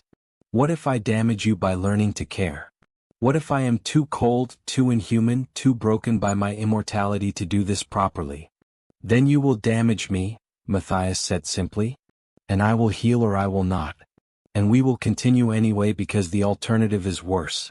The alternative is you returning to your throne and your darkness and your eternal half-existence, and me dying knowing I failed to reach you." He squeezed her hand gently. "You will make mistakes, Saraphene. You will hurt me. You will say the wrong things and do the wrong things, and sometimes you will retreat back into your armor because it feels safer than being vulnerable. But none of that matters as long as you keep trying. As long as you keep showing up to these chambers night after night and attempting to remember what it means to connect with someone." "You ask a great deal of me," she said. "I know," Matias replied. "But you are capable of great things. You ruled a domain for 3 centuries. You commanded armies of the undead. You bent the darkness itself to your will. Surely learning to care for one dying mortal is not beyond your abilities." Despite everything, she smiled, just a small curve of her lips, but genuine. "You are infuriating." "Yes," Matias agreed, smiling back. "But you keep visiting anyway." "I do," Saraphene acknowledged. She looked at their joined hands again, studying them as if they were a puzzle she could solve through careful observation. "I have been counting," she said suddenly. "Counting what?" "Days. Since you arrived. Since you woke. Since we began this." She paused, searching for the right word. "This experiment in mortality. I've been marking them. Noting how many have passed.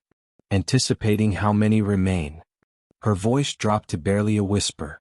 "I have not counted days in 200 years, Matias. I moved through time without measuring it, without marking its passage. But now I count. Every sunset I do not see. Every night you grow stronger. Every hour until I can return to this chamber and continue learning how to feel." She met his eyes and he saw tears there again. The ghost tears she could not shed, the emotion without mechanism. You have succeeded, she said. Whatever you set out to do, whatever change you hope to create, it is happening. I am counting the days. And it terrifies me because I know that someday, soon in mortal terms, those days will run out. Yes, Matias said quietly. They will. And when they do, when you die and leave me alone with this newfound ability to feel, what then? What do I do with all this counting when there are no more days of yours to count? It was the question he had been dreading. The question he had no good answer for because the truth was terrible. I do not know, he admitted. Perhaps you will continue counting other things. Other people. Other mortal lives that cross your path. Perhaps you will use what you learn from losing me to connect with others, to build relationships that matter even though they will end. Or perhaps, he paused, considering, perhaps you will simply carry the grief.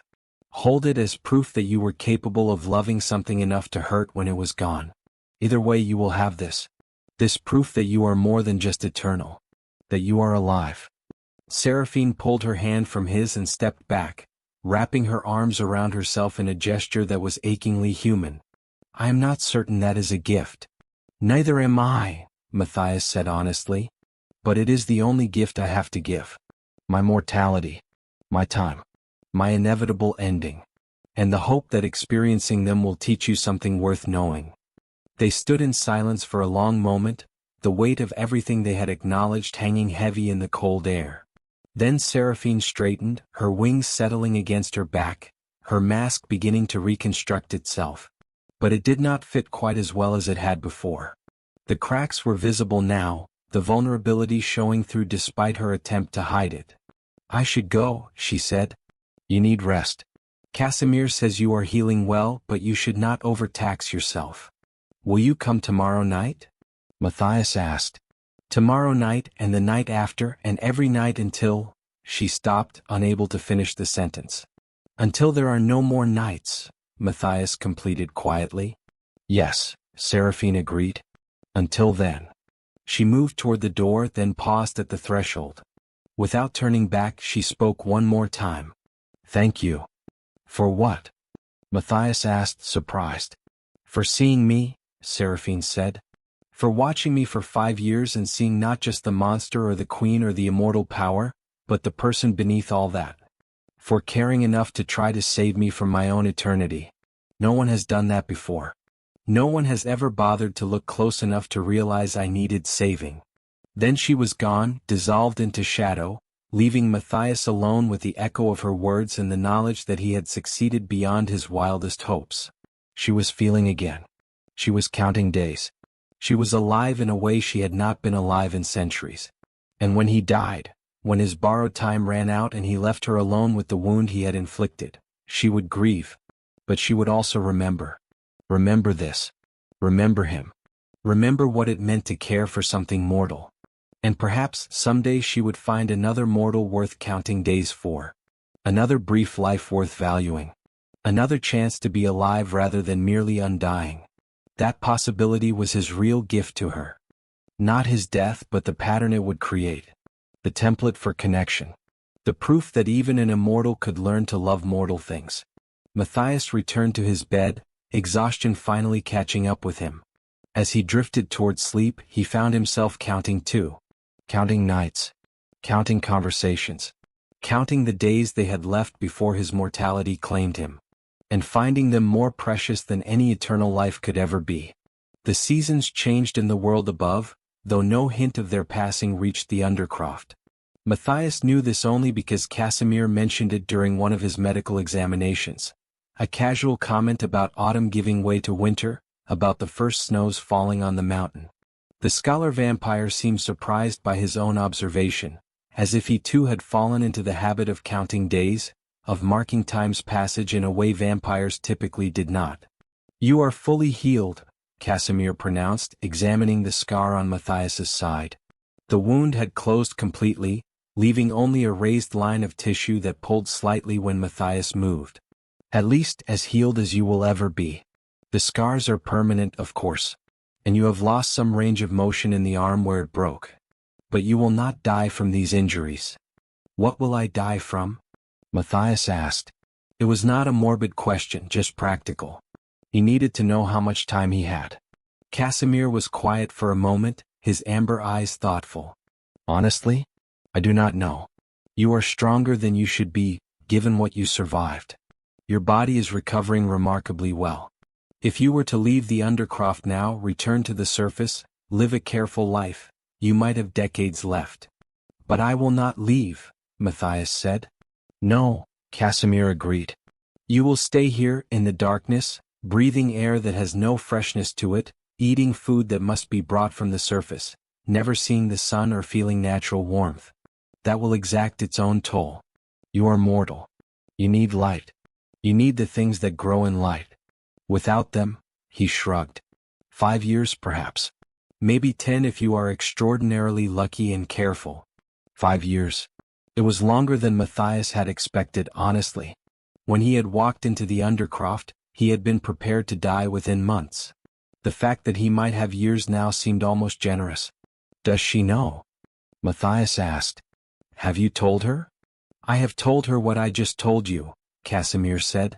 That you are healed from your injuries, but the environment itself will slowly kill you. She did not respond well. What did she do? She went to her throne and sat there for 3 days without moving, Casemir replied. Not speaking. Not feeding. Not acknowledging her court. Just sitting. Thinking. When she finally moved again, she ordered the creation of gardens. Gardens? Matias was confused.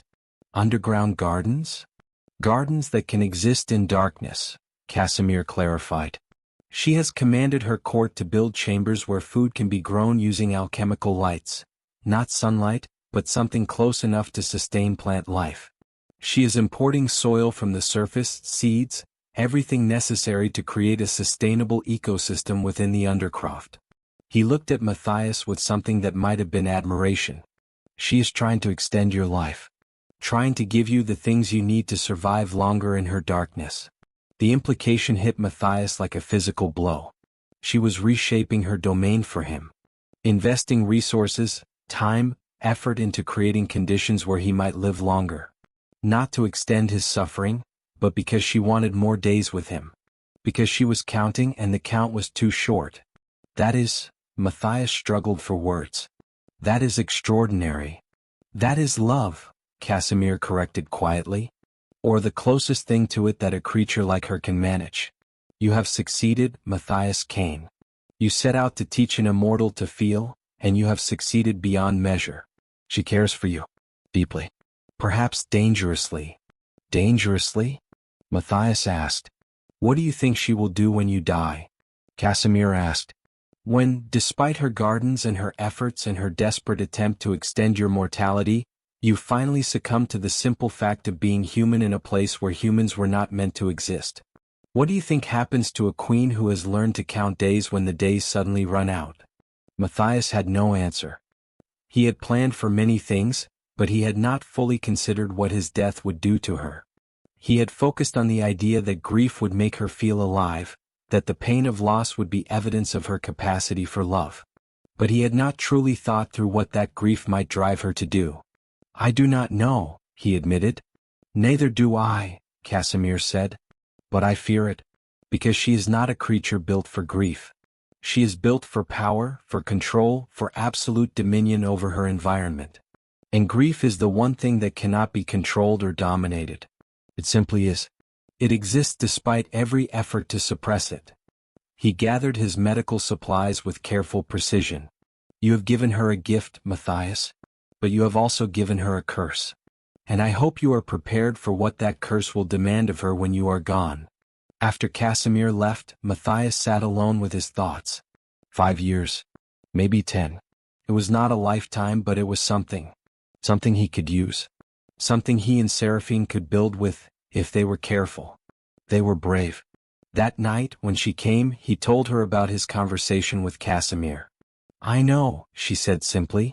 She was sitting in her usual chair, her wings folded, her posture perfect. But there was something in her eyes, a weight, a knowledge, a pain that had not been there before. I know how long you have. I asked him to give me the truth, not the hopeful estimate. And the gardens? Matias asked. Are they real? They are being built as we speak, Saraphene confirmed. 3 chambers in the eastern caverns, large enough to sustain agriculture. My court is installing the alchemical lights, a process that requires significant resources and expertise, but we have both. Within a month we will have the capability to grow food here, to provide you with the nutrition you need to survive longer. Why?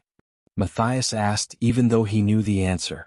Because I am not ready for you to die, Saraphene said bluntly.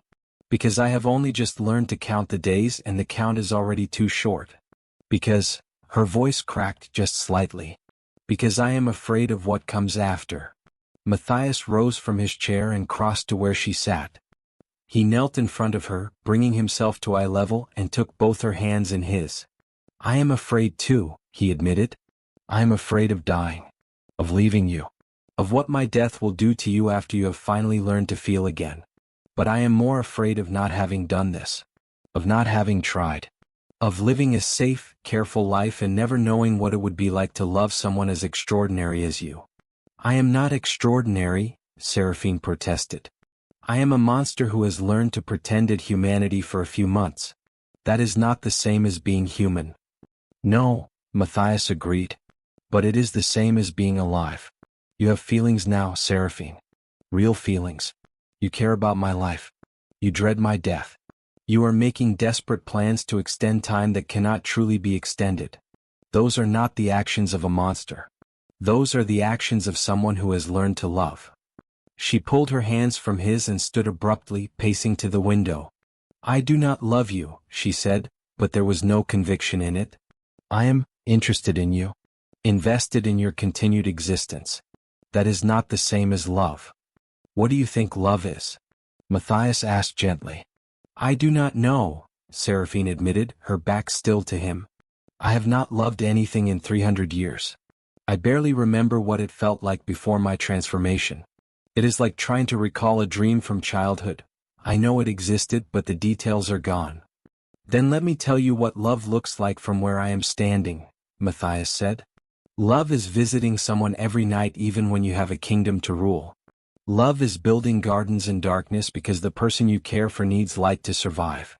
Love is counting days you never counted before because suddenly those days contain something precious. Love is being terrified of an ending because it means losing something that matters more than your own eternity. He moved to stand beside her, both of them staring out into the deeper darkness. You love me, Saraphene. You may not recognize it, may not know what to call it, but you love me. And I love you. And we have perhaps 5 years to explore what that means before my mortality ends the experiment. 5 years? She repeated softly. It sounds like such a long time when you say it that way. 1,825 days. Give or take. But it is not long, is it? Not compared to the centuries I have already lived. Not even compared to a normal human lifespan. It is nothing. A blink. A breath. It is everything, Matias countered. Because it is all we have. And knowing that makes every day precious. Every conversation meaningful. Every touch something to be treasured.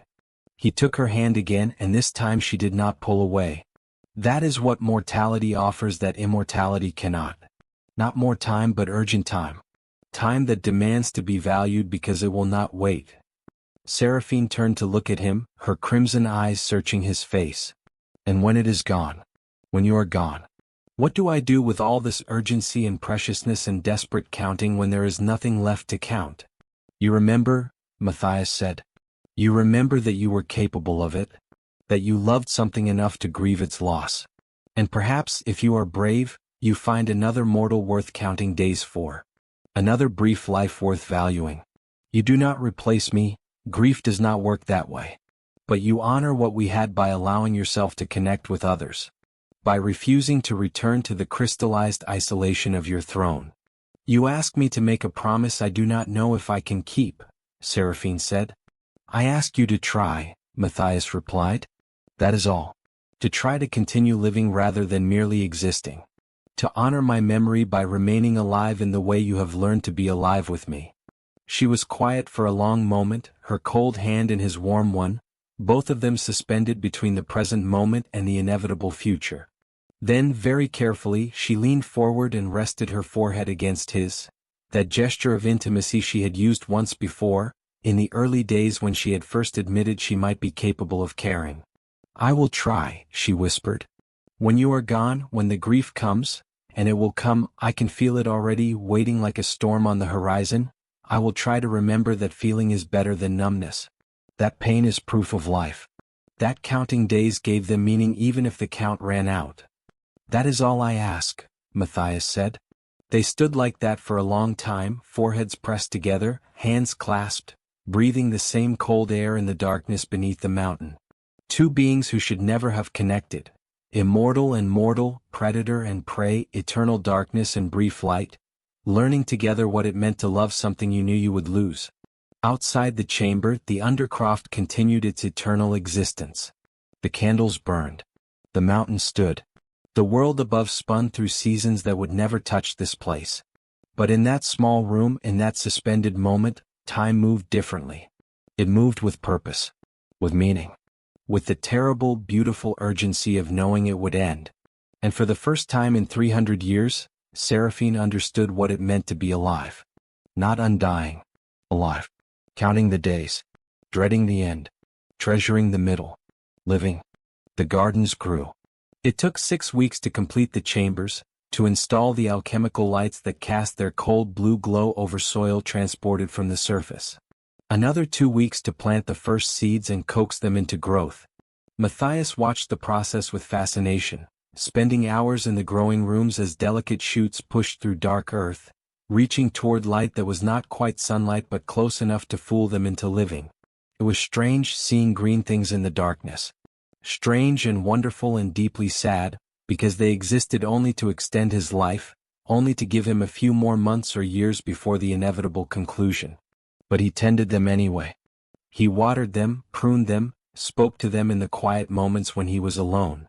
Because they were alive, and they were trying, and that deserved acknowledgement even if their purpose was borrowed from his mortality. Saraphene came to the gardens too, though she had no practical reason to. She would stand at the edge of the chambers, watching him work among the plants, her expression unreadable. "They are thriving," she observed one evening. "Casemir says the yield will be sufficient to sustain you indefinitely, as long as we maintain the lights and the soil conditions." "Indefinitely is a strong word," Matias replied, brushing soil from his hands. "They will extend my life but not prevent its ending. Humans are not made for underground existence, no matter how well you compensate for the lack of sun." "I know," Saraphene said quietly. "But I can give you years instead of months. That is something." "It is everything," Matias agreed. He crossed to where she stood, careful not to track soil onto the clean stone floor beyond the garden chamber. "Thank you. For this. For trying." "I am not trying," Saraphene said, but there was no conviction in her denial. "I am merely optimizing resources. Ensuring the continued viability of a project I have invested significant time in." "You are trying to keep me alive because you love me," Matias corrected gently. "You can call it optimization or resource management or whatever clinical term makes it easier to acknowledge. But that is what it is."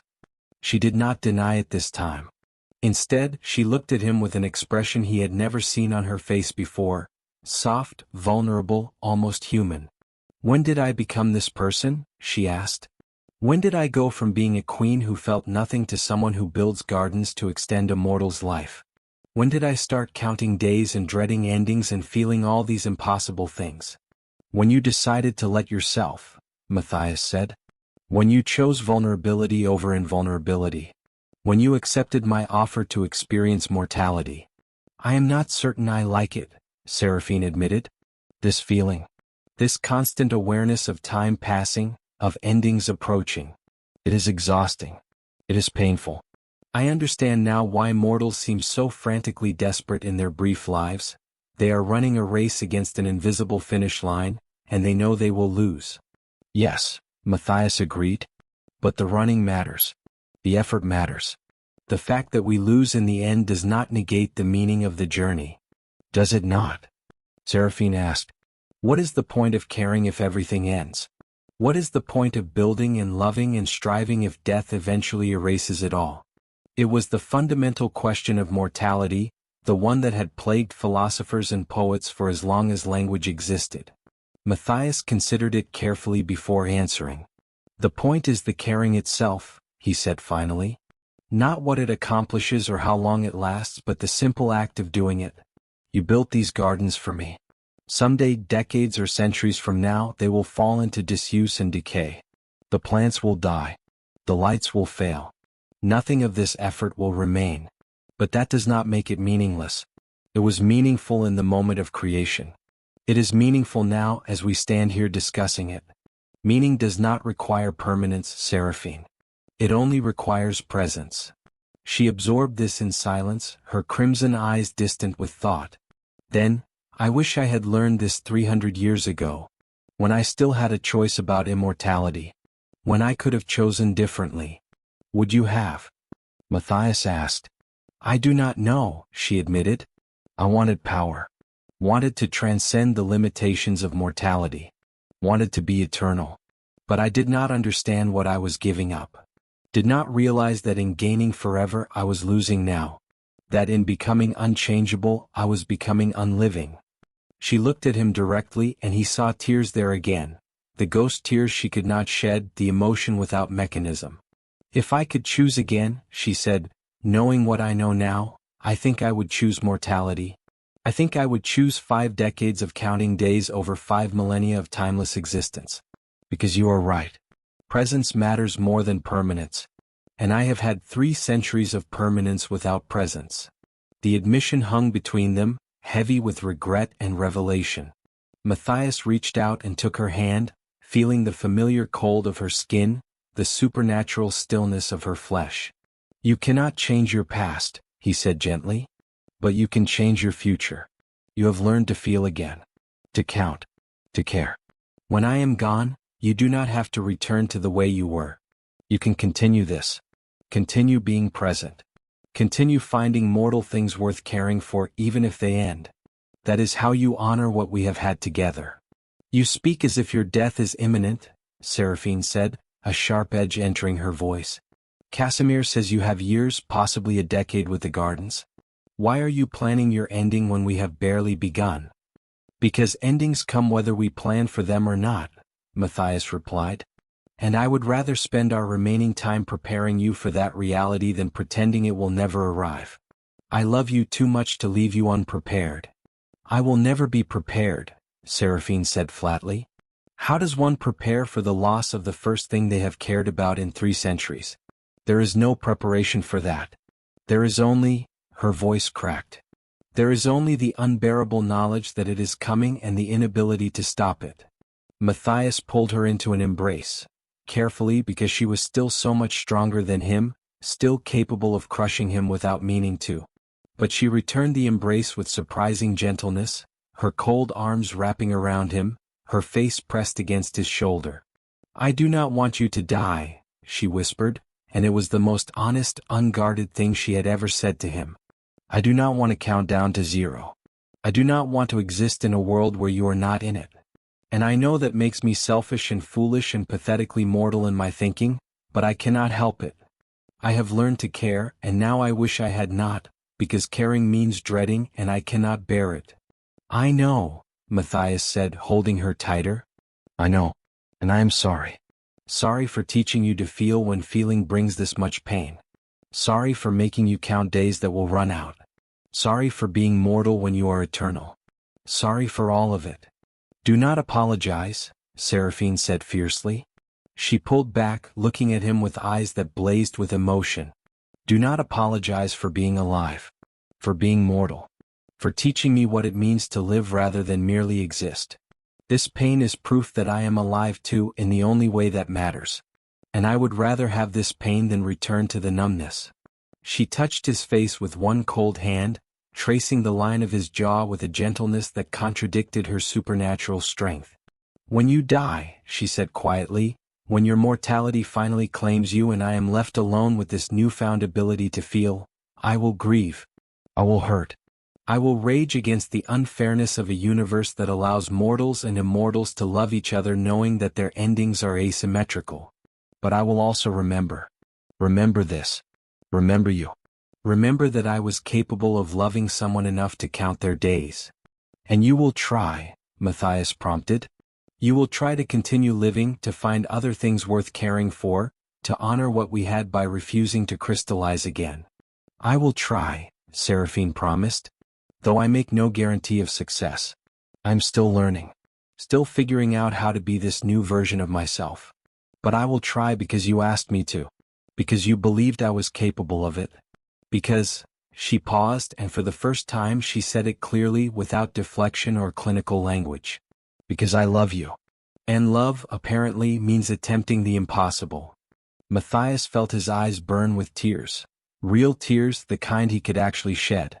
He let them fall without shame because they were proof of everything they had built together. Proof that an immortal could learn to care and a mortal could be brave enough to teach her. I love you too, he said. And I am so grateful that you let me in. That you took the risk. That you chose vulnerability even though it terrifies you. They held each other in the doorway between the garden and the cavern, between the green growing things and the eternal stone. Two impossible beings who had found each other across the gulf of mortality and immortality, who had learned together what it meant to count days and dread endings and treasure middles. Outside, the undercroft continued its eternal existence. The candles burned. The mountain stood. The world above spun through seasons. But in that moment time stood still. Not frozen but suspended. Held in the space between breaths, between heartbeats, between the moment of having and the moment of losing. And in that suspension they were perfect. Mortal and immortal. Temporary and eternal. Alive. 3 years, 7 months and 14 days. That was how long Matias lived in the undercroft after his recovery. Casemir had predicted 5 years, possibly 10, but the darkness took him faster than expected. Not dramatically, not with sudden crisis, but with the slow erosion of a body trying to exist where it was not meant to exist. The gardens helped. The food they produced sustained him, gave him strength the surface provisions could not. But human bodies need sunlight in ways that go beyond nutrition. They need the warmth, the natural rhythms of day and night, the simple biological fact of existing in an environment designed for mortal life. Without those things, Matias faded. Not all at once. He remained strong enough to walk, to tend the gardens, to spend his evenings with Saraphene discussing philosophy and poetry and the small observations that comprised their shared life. But there were signs. His skin grew paler. His movements slower. His breathing sometimes labored as if the weight of the mountain pressed on his lungs. Saraphene saw it all. Counted it all. Marked each small degradation with the desperate precision of someone trying to map an inevitable journey. She brought physicians from the surface. Mortal doctors who could examine him without the clinical detachment of vampires. They confirmed what she already knew. He was dying slowly but certainly from the simple fact of living underground. They recommended he return to the surface, to sunlight and fresh air and the natural world. Matias refused. I have 3 years, 7 months and 14 days with you, he said when she begged him to leave to save himself. Or I have decades on the surface without you. The choice is easy. That is not a choice, Saraphene said, her voice breaking. That is suicide by installments. That is love, Matias corrected gently. Love means being where the person you love is, even if that place is slowly killing you. I would rather have truncated years with you than a full life without you. So he stayed. And they counted. Every day was marked, noted, treasured. They developed rituals to make time visible.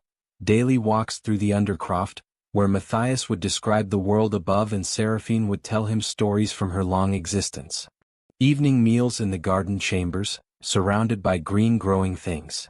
Nights spent in the east chambers, talking until Matias could no longer keep his eyes open, while Saraphene sat vigil beside him, watching him sleep with an expression that was pure human grief on an immortal face. The court adapted to the new reality. Casemir continued his medical examinations, documenting the slow decline with scholarly precision and private heartbreak. Other vampires who had initially viewed Matias with suspicion or hunger, began to treat him with something approaching respect. He was the mortal who had changed their queen, who had reminded her what it meant to feel. That earned him a kind of reverence, even from creatures who did not fully understand what he had accomplished. In the final weeks, when Matias could no longer walk to the gardens, Saraphene brought the gardens to him. She had plants transplanted to the east chambers, surrounded his bed with green life so he could wake to leaves and flowers. She read to him when he was too tired to talk. She held his hand for hours, her cold fingers wrapped around his increasingly frail ones, as if she could transfer some of her immortal strength to keep him anchored in life. But mortality does not negotiate. On a day that was like any other day in the undercroft, no marking of time, no sense of dawn or dusk, Matias woke and knew it was his last waking. He did not tell Saraphene immediately. He wanted a few more hours of normalcy, a few more moments of presence before the ending. So he asked her to tell him about the first time she had seen a sunrise, back when she was mortal.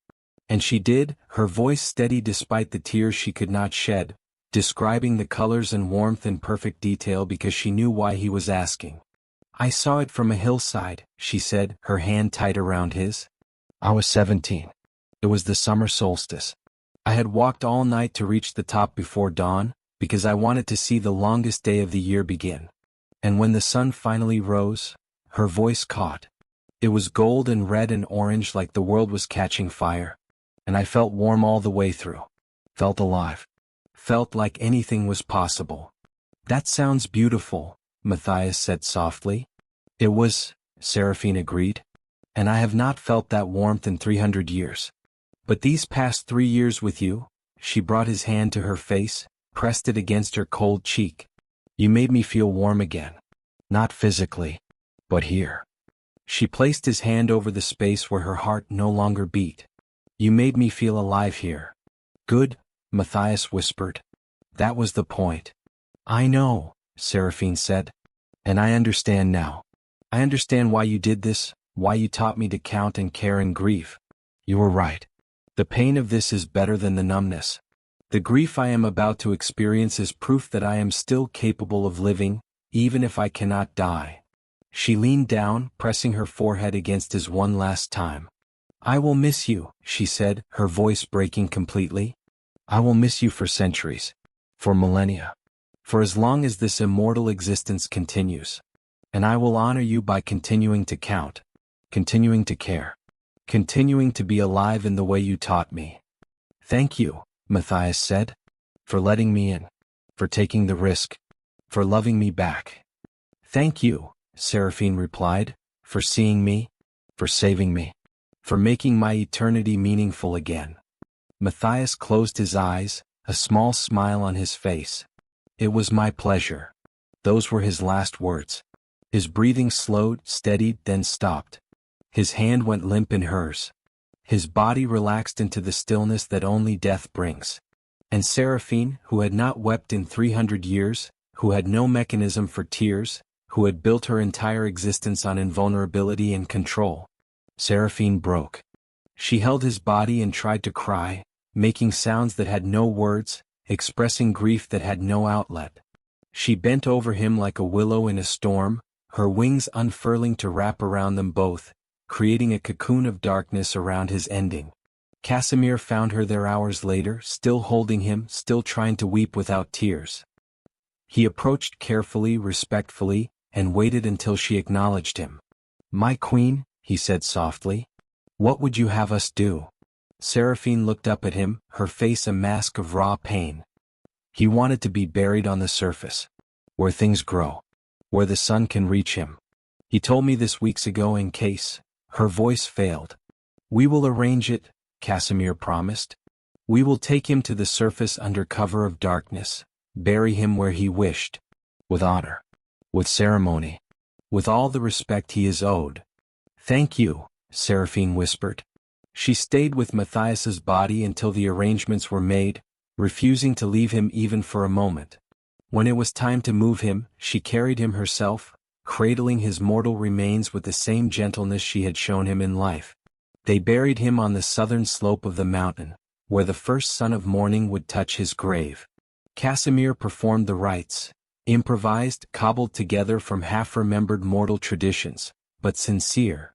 The entire court attended, standing silent witness to the ending of the mortal who had changed their queen. Saraphene remained after the others returned to the undercroft. She stood beside the fresh grave as the sky began to lighten, as the stars faded and the first hint of dawn touched the horizon. She knew she should retreat. Knew the sun would rise soon, that even this faint light was dangerous for her. But she stayed anyway, needing to see what Matias had described, what he had given up to be with her in the darkness. The sunrise came slowly, gold and red and orange, painting the sky in colors she had not seen in 3 centuries. The warmth touched her face, and for just a moment, just one perfect, impossible moment, she felt alive. Then the burning began. She retreated into shadow, her skin smoking from even that brief contact. But she had seen it, had felt it, had stood in the light one last time because he had wanted her to remember what it was like to be warm. Back in the undercroft, back on her throne, Saraphene sat in the candlelight and the darkness and the eternal stone. Her court watched her with concern, wondering if she would retreat back into the numbness, back into the perfect immortal isolation she had maintained for 3 centuries before Matias arrived. But she did not. Instead, she stood and addressed her court. "We will continue the gardens," she announced. "We will maintain them. And we will use them to sustain others. Mortals who might pass through our domain, who might need shelter or healing. We will create a place where the living can exist in our darkness, even if only briefly." "My queen?" Casemir asked, uncertain. "He taught me to count days," Saraphene explained. "To value the brief and temporary. To care for things that will end because caring itself has meaning. I will not dishonor that lesson by returning to timelessness. I will count. I will care. I will be alive even in immortality." She looked at her court, at the assembled vampires who had existed for decades or centuries without truly living. "And you will too," she said. "All of you. You will remember what he taught me. That presence matters more than permanence. That feeling is better than numbness. That even eternal beings can learn to live." It was not a suggestion. It was a command. And because she was their queen, they obeyed. The undercroft changed after that. Not dramatically, not all at once, but gradually. Mortals were allowed passage through the domain, were given shelter in the gardens, were treated with something other than hunger. Vampires began to count again, to mark time, to develop attachments to the brief mortal lives that crossed their paths. Saraphene led them in this transformation, though it cost her dearly. Every mortal she helped, every temporary connection she formed, reminded her of what she had lost. But she persisted because that was what he had asked of her. That was what love demanded, not the cessation of pain, but the acceptance of it as proof of life. Years passed. Then decades. Then centuries. Saraphene ruled her darkness, but she ruled it differently now. She counted the days of mortals who passed through. She grieved when they left or died. She maintained the gardens with obsessive care, ensuring they thrived as Matias had wanted them to thrive. And once a year, on the anniversary of his death, she returned to his grave. She would stand at the threshold of her domain, as close to the surface as she dared, and watch the sunrise. She never stayed long enough to burn. Matias would not have wanted that. But she stayed long enough to feel the warmth, to remember what it was like to be alive, to be seen, to be loved by someone brave enough to teach an immortal how to count. The vampire queen was immortal. She would exist for millennia, untouched by time, unchanged by age. But she was no longer unliving. Because a mortal man had walked into her darkness and taught her that endings give beginnings their weight, that loss proves love was real, that even eternal beings can learn to be alive. She would carry that lesson, and the grief that came with it, forever. And she would treasure both. Because they were proof that once, 3 years, 7 months and 14 days ago, she had been weak. She had been vulnerable. She had been mortal in every way that mattered. And it had been beautiful. In the spaces between darkness and light, between eternal and temporary, between invulnerable and open, that is where we become most human. That is where we learn what it means to live. Not forever. Not perfectly. But truly.